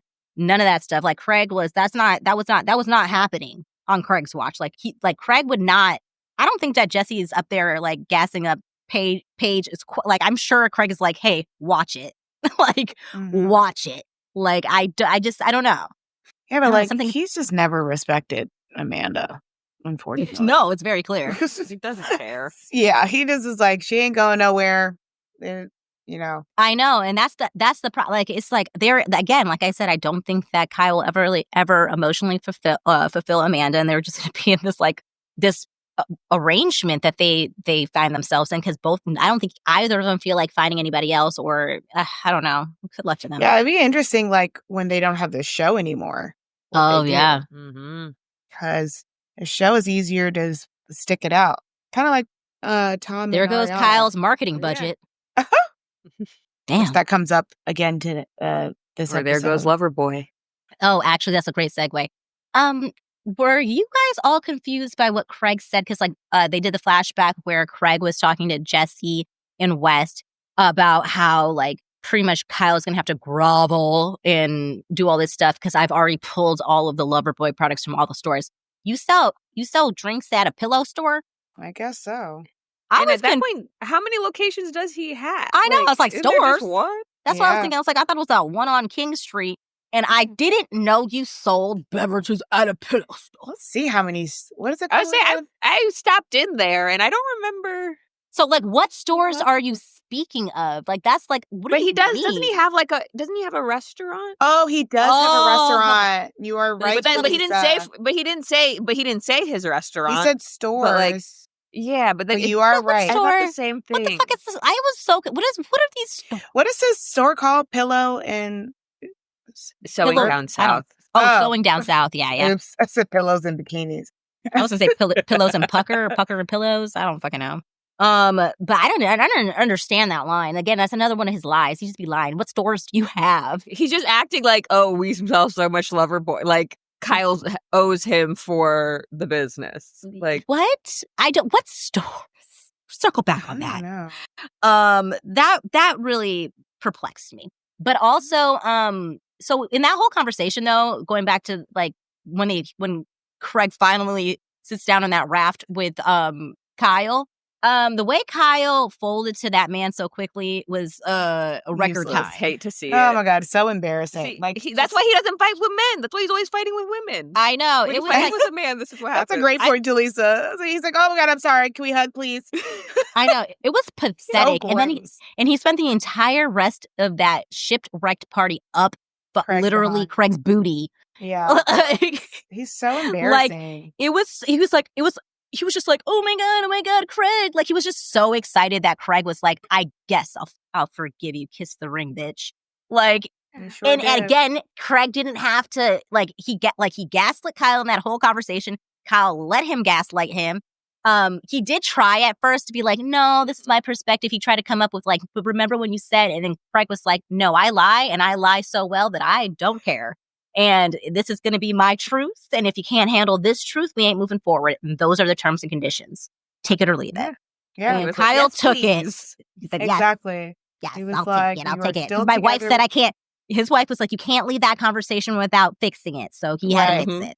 Only because of Paige. That's it. Correct. Yeah. I also appreciate that we end up getting a moment with Lindsay at her apartment, saging, and we got to talk to Aunt Rhonda on FaceTime. And I'm glad that because Carl was really make these little fucking slide digs Lindsay.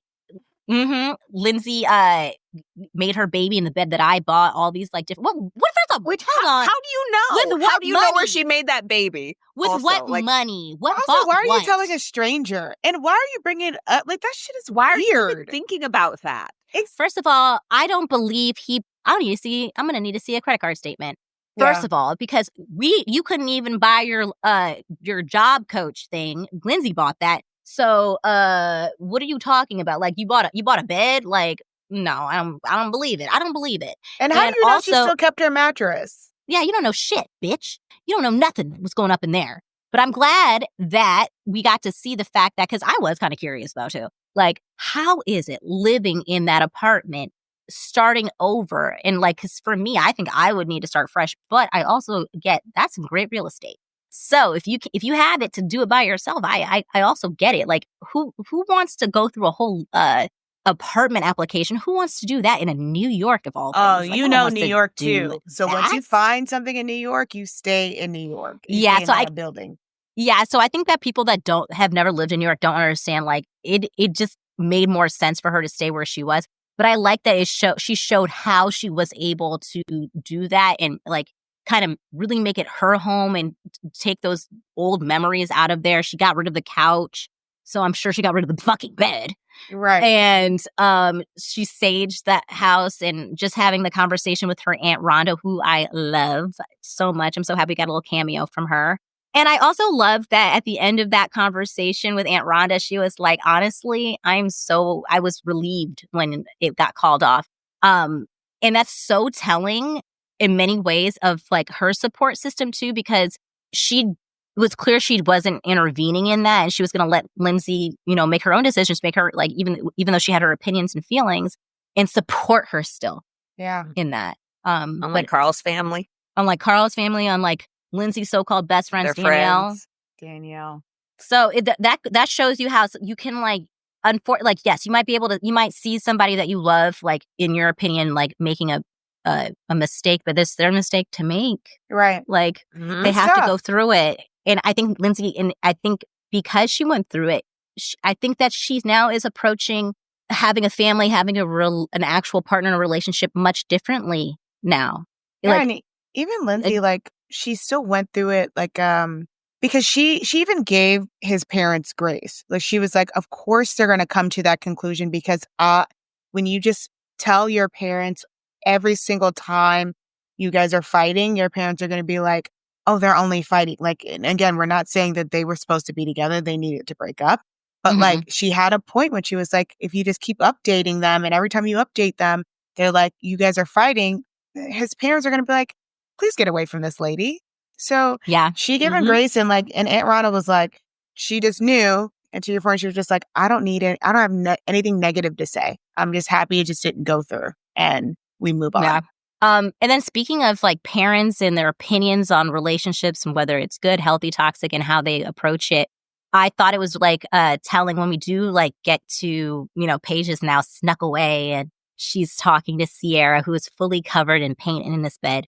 I know. Oh my God. I'm so glad that you said that because the way I was like, first of all, getting in like your wet bathing suit, they get in that bed and then in that paint. I know. It's like, okay. I was waiting for the yellow stain when she got up. I know. It's like, ooh, I guess that's a good quality paint, though. I didn't see anything. But anywho, she sneaks away. We've already kind of touched on it. Like that Sierra and her have the conversation. The conversation said it's very clear that they've been having off camera. They've decided to put it on camera. And I think Sierra is just so excited that like she's finally seeing the light and she can say what she feels. And I'm glad that Sierra, again, I think what's so nice about Paige and Sierra's relationship, it does feel like a two-way street. It feels like they're so honest with each other, which I love.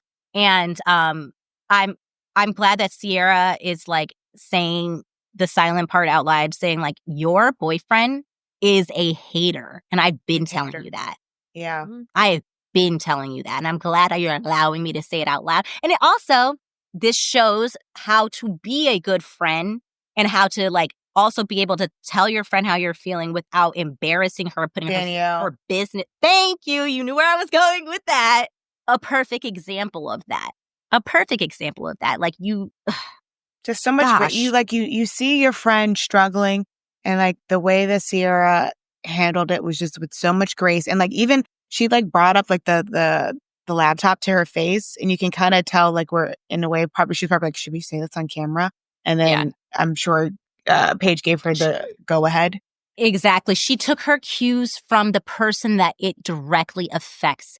And it wasn't about Sierra's feelings. It was about Paige's feelings first. It wasn't about Sierra. And even when she said, this is what I've been telling you, it wasn't like, see, I told you so. Like, that's like how Danielle approaches things. Like, I told you so, told you, I'm right. I'm always right. No, she's like, seemed like more of like, oh, you're finally seeing it. And I'm so happy because it was hard for me to watch you dim your light for this person who I just don't think is supporting you. And you know, if that was okay with you, I was going to support you. But like, you know, I just think that Sierra, to your point, Shirley, she did it with such grace. And I really like their friendship. And I do too. I hope that I want to see more of that. And to your point, I think Sierra saw what you were saying earlier, that Paige is saying it out loud and on camera. So she like knows, oh, this is done. It's done. And so I am very happy for you, friend. Yeah. And why, and like how we segued that was like, we were talking about Aunt Rhonda, we were talking about Carl's mom, and how the different approaches of how like family members or like parents respond to their child's significant other that they maybe they're seeing like cracks in the relationship and how, like the different approaches.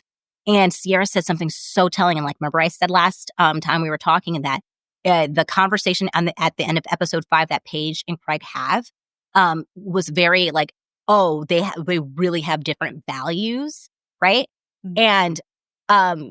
And I was like, and in that conversation, I was like, I think she was like, she's very, very close with her parents. And that was something that a couple of seasons ago when Craig was pressuring her, like, I want to get married by this time. And she was like, I don't want to move away from my family. My mom, she cried. She's so close. Like family is everything to her. She's Italian. Like it's the closeness. People like, sorry, foreign people, like you're in each other's business. That's just how the culture is.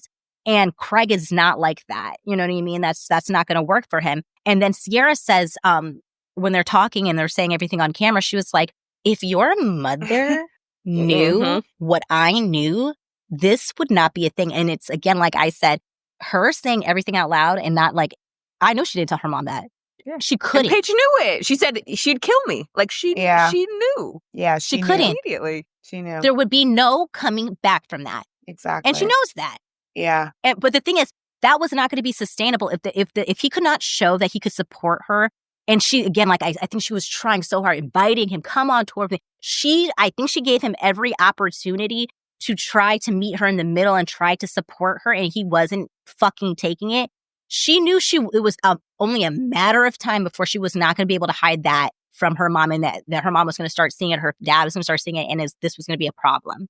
This is going to be a problem. This is another example of how he did not know Paige at all or her family, because he keeps harping on the fact that they had just spent Thanksgiving with her family. And I guarantee you, after that Thanksgiving dinner or whatever, Paige's mom looked her in the face and was like, this is a no. And why are we still doing this? And that's why she immediately was like, oh, no, time to cut it off. Oh my God, that actually... Thank you for saying that, because this just got me thinking, guys. You know how like he don't forget, please. I'm not. No, I'm not going to forget this time. Don't distract her. You know how he was like, he kept on being like to your point, he was like, we had an amazing Thanksgiving, and then she just broke up with me. And he kept on saying, and keeps on saying that we had this amazing, like, so, to make it seem like it makes no sense of why we could have had such an amazing Thanksgiving, and then she just breaks up with me. Obviously trying to infer that there's probably somebody else, because that could, like, there was no issues with them. It's the same to me is reminding me of like how, like, you just got me thinking of this. Like, I think something did happen at Thanksgiving. Oh, and yeah. I think he knows something happened I think something absolutely fucking happened at Thanksgiving, because to the point where he's trying to change it to it was a great Thanksgiving, to the point where I think something did happen, which is like when he didn't get kicked out of Kyle's wedding. Like, you know what I mean? Like, and he kept on saying that over and over and over. And I feel like he thought, like, and everyone was going along with it. And at this time, he thought people were going to go along with it, like, too. Like, but again, there's just been too many different, like, things for Paige that particular year for her to be like, and again, I think he underestimated, he must not know her well enough. He underestimated her loyalty to her family. Yeah. And that was his fatal mistake. He probably told her parents that he wanted to propose at the end of the year, and they were like, hell no.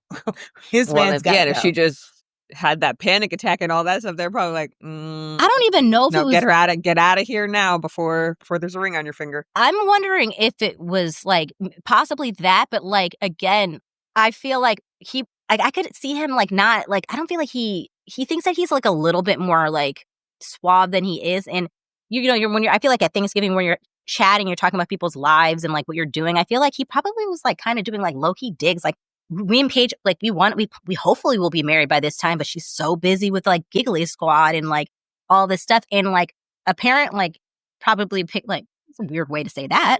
Yeah. Like it was definitely something. Yeah, something and I like, I want to know. I hope they get into it at union. Yeah. Like the way he says those things, like he'll say things and he'll be like, what do you mean? She felt support. Like, and so he's not aware of a lot of the ways the things he says come off. So I can see that too. Like he's probably just talking around the table thinking, oh, they're lapping this up. And meanwhile, her parents are looking at each other like, we need to get our girl out of here. Right. Like he's probably she probably like, the mom's probably like, I think he hates her. Yeah. Like, oh, like, and you know, the moment that this tour is done, like, finally we can get engaged. I will move to New York and then we'll start our family. Like, all this timeline is the opposite of what Paige wants. And they're probably like, okay, he's done. Yeah, because I think he thinks he's this catch because the fans have made him feel that way. And the problem is like Paige's family is not Bravo fans. You know, if they're Paige fans, that's their child, and all they want is for her to be successful. And he does seem like a person that, like, because he was doing it on Watch. He does it everywhere, but like on Watch What Happens Live, Andy always be picking up on it. Like he tries to correct. He always tries to course correct Craig, and Craig never wants to course correct. He's like, well, she says that she doesn't feel supported. Like Andy's like, Craig, Paige says she doesn't feel supported. She always felt supported. Andy's like, but she's saying that she didn't, but she did, Andy. And she knows she did. And her friends know that she did. Because I did. And not only that, I supported them, Sierra. Huh? Mm-hmm. Right. Like, I remember that. Yeah. So yeah, if he was talking to her parents like that, I'm sure that didn't go over that well. Yeah. And and again, I keep on clinically diagnosing this man, but narcissists always think that they're getting away with things. They all of them, they are literally all of them Bravo men the same. But the problem is with people like that, when they meet people like us or people like, I don't know Paige's parents, but I kind of have a good inclination that they can see through bullshit. It's really hard to do what he does to a lot of other people people like that. Like, I think Sierra snuffed it out. Yes. Quickly. Mm-hmm. Yeah. Absolutely. I think she snuffed it out quickly. Once she was like done with the whole Austin situation, because she was like preoccupied with that, I think she was just like, oh no, this ain't adding up for me. Yeah. At all. Mm-hmm. Yeah. Mm-hmm. And apparently he's dating somebody else. Austin? Oh. No, Craig. Well, Austin, Craig we knew already. Oh, yes, Craig. Austin has a girlfriend. Well, he was on Raya. Like, didn't people say they saw his profile on Raya like a week later? After. Mm-hmm. But again, we don't shame people for moving on like they do. But like, he clearly will always find somebody who, hopefully he finds somebody who's on the same page with him. Like, doesn't want to have, you know, a huge career that will have them traveling all over the world, that will stay in South Carolina with him and live in that house. So he needs to find a little Stepford wife. They're out there.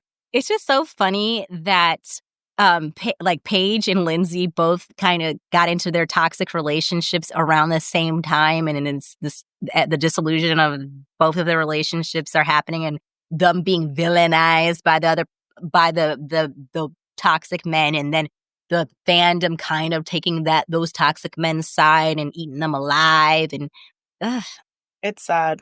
I'm sorry, and it's sad that it took that for them to be able to find common ground, but I'm glad that they did. We want them to be besties. I loved seeing the fact that that's where we get, because Craig got to pick up cameras, and thank you, Bravo, for allowing Paige to pick up hers. Right. And thank you, Lindsay, for allowing it to be at her nice, spacious apartment that is Carl-free. Mm-hmm. Now Lindsay might have to get rid of that couch again because there's another. Oh, Lord. But this is actually a woman breaking free, though. So this is better energy. This is a good couch. Yes, because Amanda was on that couch, so hopefully that just rubs up on her. A woman breaking free. Yes. Yeah. Just don't break free up in Jesse. Or do. I don't know. Well, actually do. Because maybe you need that. She doesn't need anything, and we're not promoting cheating. No. Or she doesn't need anything serious, you know, after she gets rid of that man child. Honestly, yeah. And yeah, I don't know. I want Amanda to be with somebody who's actually going to emotionally fulfill her. Likes her. just like with Paige, your body tells you when something's not right. And Paige was suffering, and couldn't figure out why. Like, even just like throughout the episodes when Craig is around, she's like, my back hurts. Like, I feel like I'm coming down with the sickness. And like, even just like as they were leaving, she's like, oh, I have to, record at like 7 a.m. And he's like, can we stop to get something to eat? And she's like, I want to get home. And he's like, we don't have to sit down. But he's like, you're not listening to her. And it's like the same thing with the Kyle situation of just like, Amanda is like, she'll go in and out of, people suffer from depression. And like, it's like, we don't want to put that all on her situation with Kyle. She could be dealing with other stuff like that. But like her body was just like telling her that she was unhappy. And like, I just really we want the best for all the women on the show, specifically for Amanda too. Like, we want her clothing to take off. We want her to be top notch and be that baddie. Actually, now that Danielle is out of the house, I like every single woman in the house. Is she out of the house? Jesus. She keeps coming back. She even snuck in with a flashback. I was like, God damn it. Like, she's a producer and we have no idea. Jesus. She's finding Can't ways shake to like this show fucking up. ghost. I think even at the after show, because I think they show Jesse and Wes. I saw that and he was like, ew, Danielle? Jesus. How is this lady? That's how we all feel.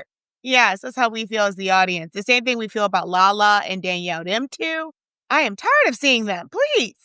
I am, but at least like I have to like I do not. I was really done with Lala, especially this last season. But she's still like I still enjoyed her on like some seasons. Like I've never enjoyed Danielle a day in my life. We enjoyed Danielle on some seasons. No, I didn't. Before she was. I did. No, I didn't. I never. No, I didn't. I mean, it didn't take much for us to turn. There's a difference. I will own the fact that there was a time when I liked Danielle. Oh, yeah, I agree.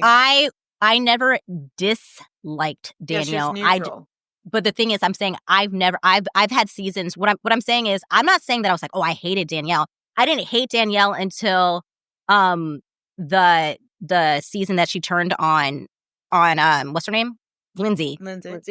But before that, I had always been peeping like little things. Like she was weird to Lindsay the first time that her and Carl started dating. I saw like I tolerated. This is what I tolerated Danielle.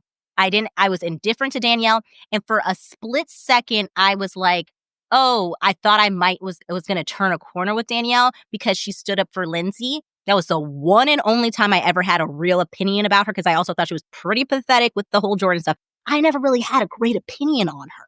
No, I never did. But I didn't hate her enough to be like, she needs to get off my screen. Yeah. I feel like the only time that happened is when her and Lindsay got into that fight, and then I was like, get this lady off my screen. It's the same thing with Lala. The moment she turned on Ariana, get her off my screen and keep her off my screen. Right. And the thing is, we're saying the same thing. The only difference that I'm saying is that at least I had some seasons where I was like, I was enjoying. I've just never been like, I enjoy. Oh, yeah. There's not been a season where I'm like, damn, I enjoy Danielle. There's never once been a season ever. One episode, one moment I enjoyed was the whole Sierra fight. But then I didn't enjoy because I didn't want to see Sierra get to that level either. Yeah, that was. But then in retrospect, now I get it. I now think Danielle didn't. She deserved it. Yeah. So now I'm like, ooh, I guess there is no episode that I liked of Danielle. How about that? No. Yeah. It's just like, it was almost like her. I think Jaleeza and I were saying just like, she was so neutral that it was like, she was just there. Yeah. And she was just like, and because everyone hated Lindsay, like that's. Like, because she didn't bring anything on her own. I say I liked her, but she didn't bring anything on her own. I liked her because she was the only Lindsay's person friend. There for Lindsay and like rooting Lindsay on. Yeah, she was necessary. I always thought she was there necessary. We go. That's better. But I just the only comparison with the Lala stuff is like Lala is to me entertaining. I don't. Lala can be funny. Like she can be. If she can turn it on. I was absolutely finished with her. I was like, her entertainment was expired for me this last season. I no longer. I don't find her entertaining in the least bit anymore, but I have in the past. There has been moments where I have found her incredibly entertaining. Yeah. I think we're all saying the same thing. Both Lala Yeah. and Danielle should never be on our screens again. Ever Please. again. Agreed. No Ever matter. again. Well, See Lala unfortunately, on the in the Valley. And I will be saying every time she shows up, Just- yuck. Just like I'm saying to Just Danielle. fast forward. Yucky. What are you guys' thoughts on Emerald? Because like I feel like Oh, that's actually, I do have thoughts. I did write something on him. Okay, good. Because the internet's ripping him to shreds. I want to apologize. Again, like I said, or like we've said, I can change my mind and my perspective. And I initially thought that maybe his whole like outspokenness about like swinging was him overcompensating, and that maybe he wasn't being as truthful. He just wanted to make a splash. This episode actually, he is doing what he's saying he's doing, and I wrote he is not like Jordan. No, I was wrong. No, because Jordan wasn't doing any of that. Yeah, he's actually doing it, and I think it's because we had a second theory. It's like because he did disclose that he grew up in a very strict religion, and then he decided that he was going to do his own thing, and I think this is just him making up for lost time. I agree, and I brought him up because like the internet is ripping him to shreds for some reason. For what? Yeah, so they are just like because it's to the point of like what Sierra brings up in the mid-season trailer of like, do you typically bring all these people at home like and kind of judging in a way? And like I don't like that because I'm like, so many people are always like, why aren't people bringing their authentic selves to television? And he truly is. And also, this is a shared house, and everyone's like, summer should be fun. This is what people do in the shared house. They get drunk. He's having fun. Well, and he's having fun.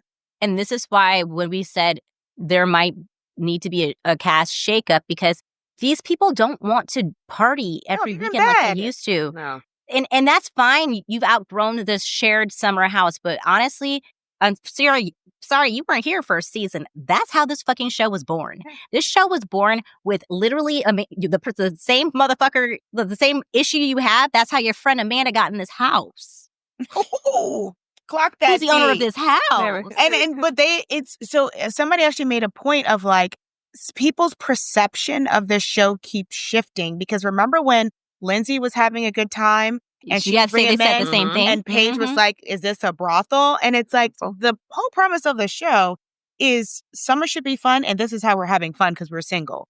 So it's like, why are we judging these people? Sierra, sorry that Emerald don't want to shit where he eats. Oh, that's a point. There we go. Make a point. Cut that tea.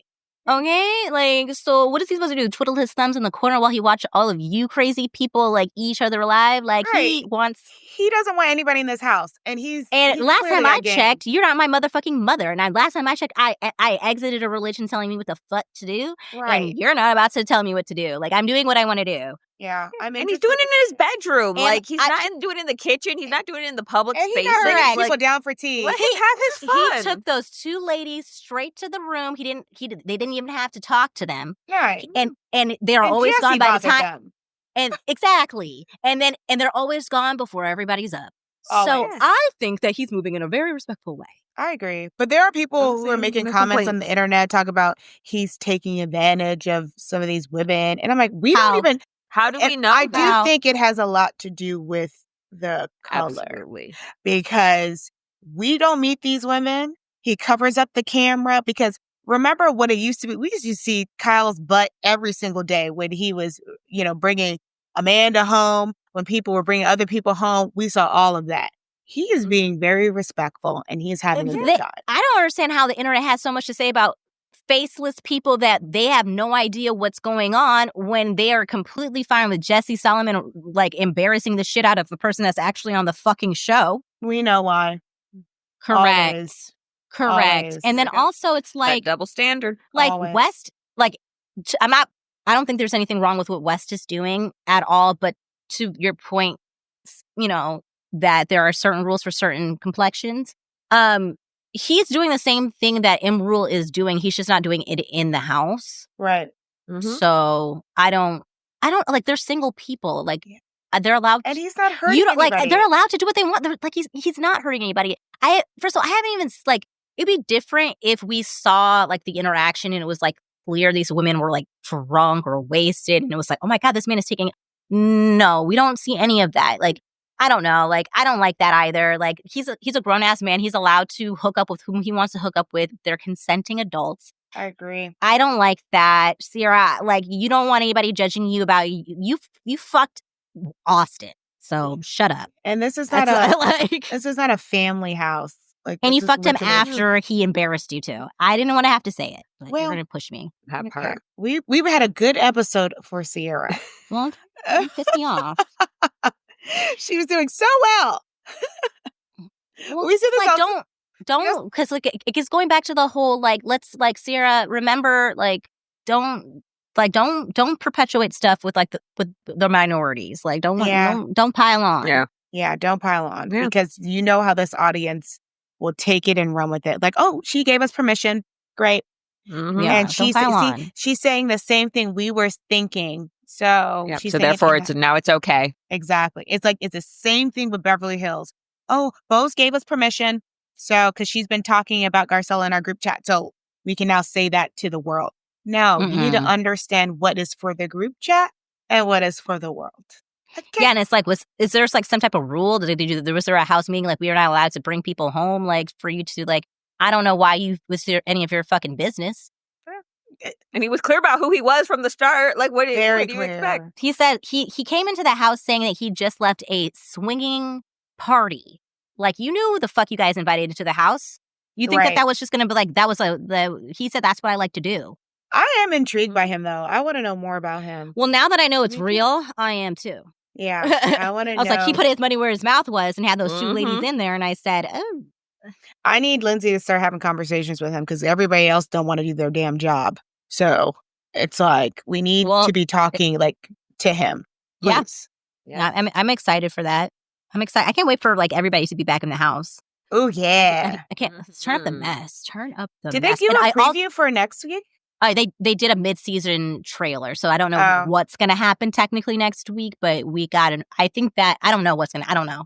I just know they gave us a mid-season trailer, but I'm sure they'll start dropping some clips soon. It'll probably be Carl's opening Oh, stop. Yeah, because he invited what's her face that last episode. Mm-hmm. Yeah, and I do hope that when the reunion comes around, that Lexi prints out her phone records and text messages to prove that Jessie is a two-faced liar.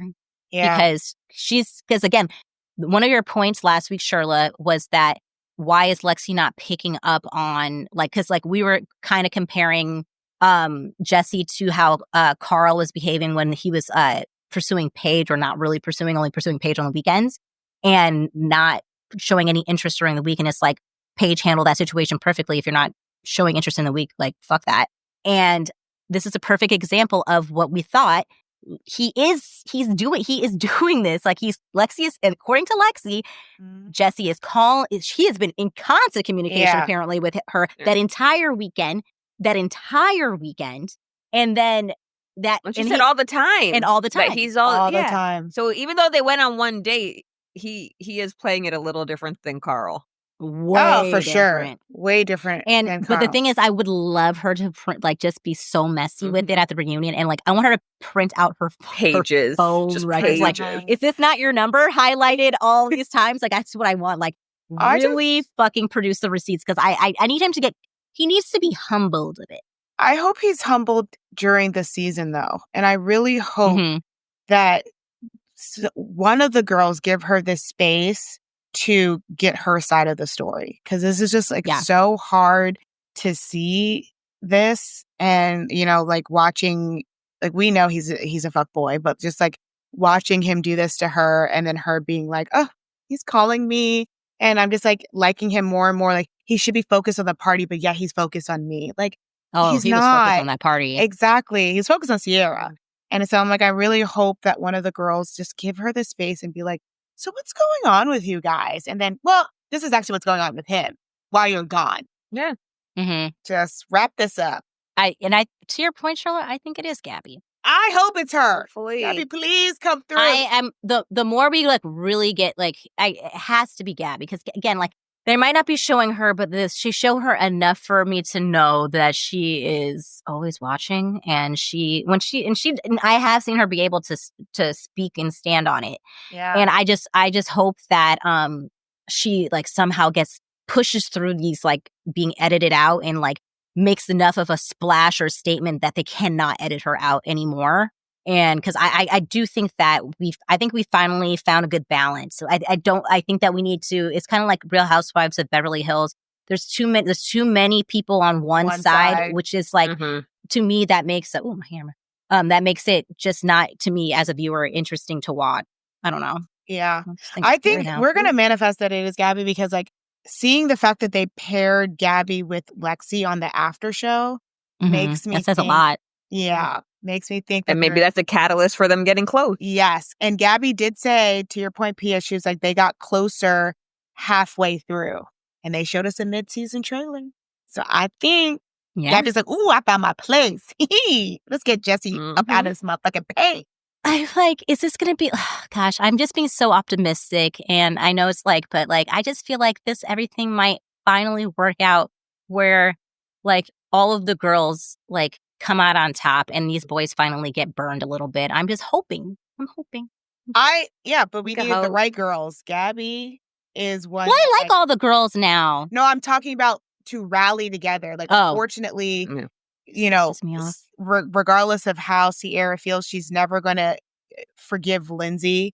And same thing with Amanda. Still true. But like, they always will harbor that type of feeling towards Lindsay, so they will never fully rally around her. So I think Gabby, Lexi, they have that opportunity to do that. Like, to break out of this, they can make not a clique, but break out of that clique and be like, no, it's women. Let's get these men in check. I agree. Yes. Well, I can't wait to see. I'm glad that they did give us a mid-season trailer, but I'm really excited to see like how they pick up. And I think that, I don't know who said it. Either was it usually said that you think that it's going to pick up at the Carl's Lawn for the soft bar? Was that you? One of you said. I said that might be the next. That might be next week. So so it's Shirla. So I think that that probably makes the most sense if that's what the next step is, and so that probably means that that's when we're gonna. They're never gonna put it in this next episode. So it's probably gonna be the episode after that. But I bet you it's gonna be roll credits, and it's gonna be Lindsay finding out about this Lil girl, and that she could have possibly been talking to Carl but when they were still together, or I don't know if we have enough time for it to actually get to that dinner where she calls him out. I don't know. That's probably 2 episodes. Yeah, right. I feel like that's too much for one episode. Coming soon. Yeah. It feels like it's coming soon. Coming soon to a theater near you. Yeah. Ooh, I can't wait. Yeah. I can't wait. Ooh, so exciting. Oh, it's so I'm having a really good time with Summer House. I am too. Summer is fun. It's like but it's the same thing that we had said. Like we wish that the Housewives take. Like, you've gotta, because Summer House used to be the same, where they could not get over their grudges and they weren't able to move on, and so they were bringing things up from 7 seasons ago. When it's like you need to deal with what is happening this season. So when you come to the reunion and be like, oh, you have all this animosity, and it's like, where is this coming from? And it's like, we didn't see that in the season. So like, they finally are learning. Why does keep doing this? They're finally being the Lindsay and moving things along, having short-term memory, and they're having a good time. So I love it. Yeah. Okay. Well, I hope that, I just hope that, we get some, I don't want it to be a filler episode next week. I want something juicy to happen. Yeah. You're going to get your wish. I feel like it will. I think we deserve it. We deserve it. We do deserve it. And on that note, summer should be fun. This podcast. Fun. It's fun. We'll get that eventually. Oh, my face finally undid the. Okay, at the very fucking end. That's how you know it's over. It's Craig. It's Craig. Craig out here sabotaging you. I know. He was like, he heard you. Yeah, he's like, I'm gonna make that bitch blurry at the end. And that's fine because I'm clear in my thought. Well, I wasn't really today, but next week I will. I'm still dying at like, what was that point? I lost it. I got it. Oh my God. I don't know what was happening with me today, but like I felt like It's I him. really felt gaslit by that man because I was like, I don't even know what's up and what's down and what's side to side. Like, I was like, he got me in a tailspin. Oof. Could you imagine being in a relationship with that? That's what I'm saying. I was like, poor Paige. I was like, what am I even trying to say? I'm trying to piece together all his fucking lies. I'm like, wait, he said this then and then but then I'm like, I'm glad she got out. Can you imagine she had to marry him? Oh, poor girl. Good Lord, we got to work on that tagline exit. It is struggling, but that's okay because summer should be fun. And Shirla and Jaleeza, they're very fun. I'm having a great time doing my recaps with my besties, my Bravo sleuths. So thank you so much to them. And if you are loving them as much as I love them, don't forget to follow them on all of their social media platforms. And their platforms are Jaleeza. You can find her on her Instagram. It is going to be Jaleeza LH. And then you can find Shirla on both Instagram and TikTok. Shirla's Instagram is going to be Shirla Divine. And then her TikTok is also Shirla Divine, but just add a 007 to it. And you can always follow me on all my platforms. My Instagram and TikTok is at PiaJV. If you are looking for the visual, because you're like, what do these ladies look like? Their voices are so attractive. I must see them in HD. You can go over to the YouTube, and that is Pia Pops Off. And also, if you have any suggestions for future episodes, or if there's something that you wanted covered, but you didn't hear it in that 2 long hour podcast, well, feel free to leave them below in the comments on all platforms, or even slide into our DMs. I'm very active in my DMs, so I will respond. I will reply. And if you want to, you can email the podcast if you want to be a little bit secretive with your takes. Pia Pop Culture Guru at gmail.com. And don't worry, if you are like me and you listen to your podcast in the car, so you didn't have a pen and paper to write down all of what I said, you don't need to, because all of this information will be listed in the show details down below.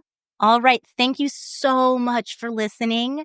I have been having a blast with bringing the group chat to the podcast, to Pia Pops Off. And I've already seen some of you joining the chat. We love to see a full Summer House group chat. And we will be definitely chatting it up again with you next week for a recap of Summer House episode number 8. So don't forget to hit that subscribe button, that like button, and notification bell so you stay informed when we drop our next Summer House recap. But until then, what does Pia always say?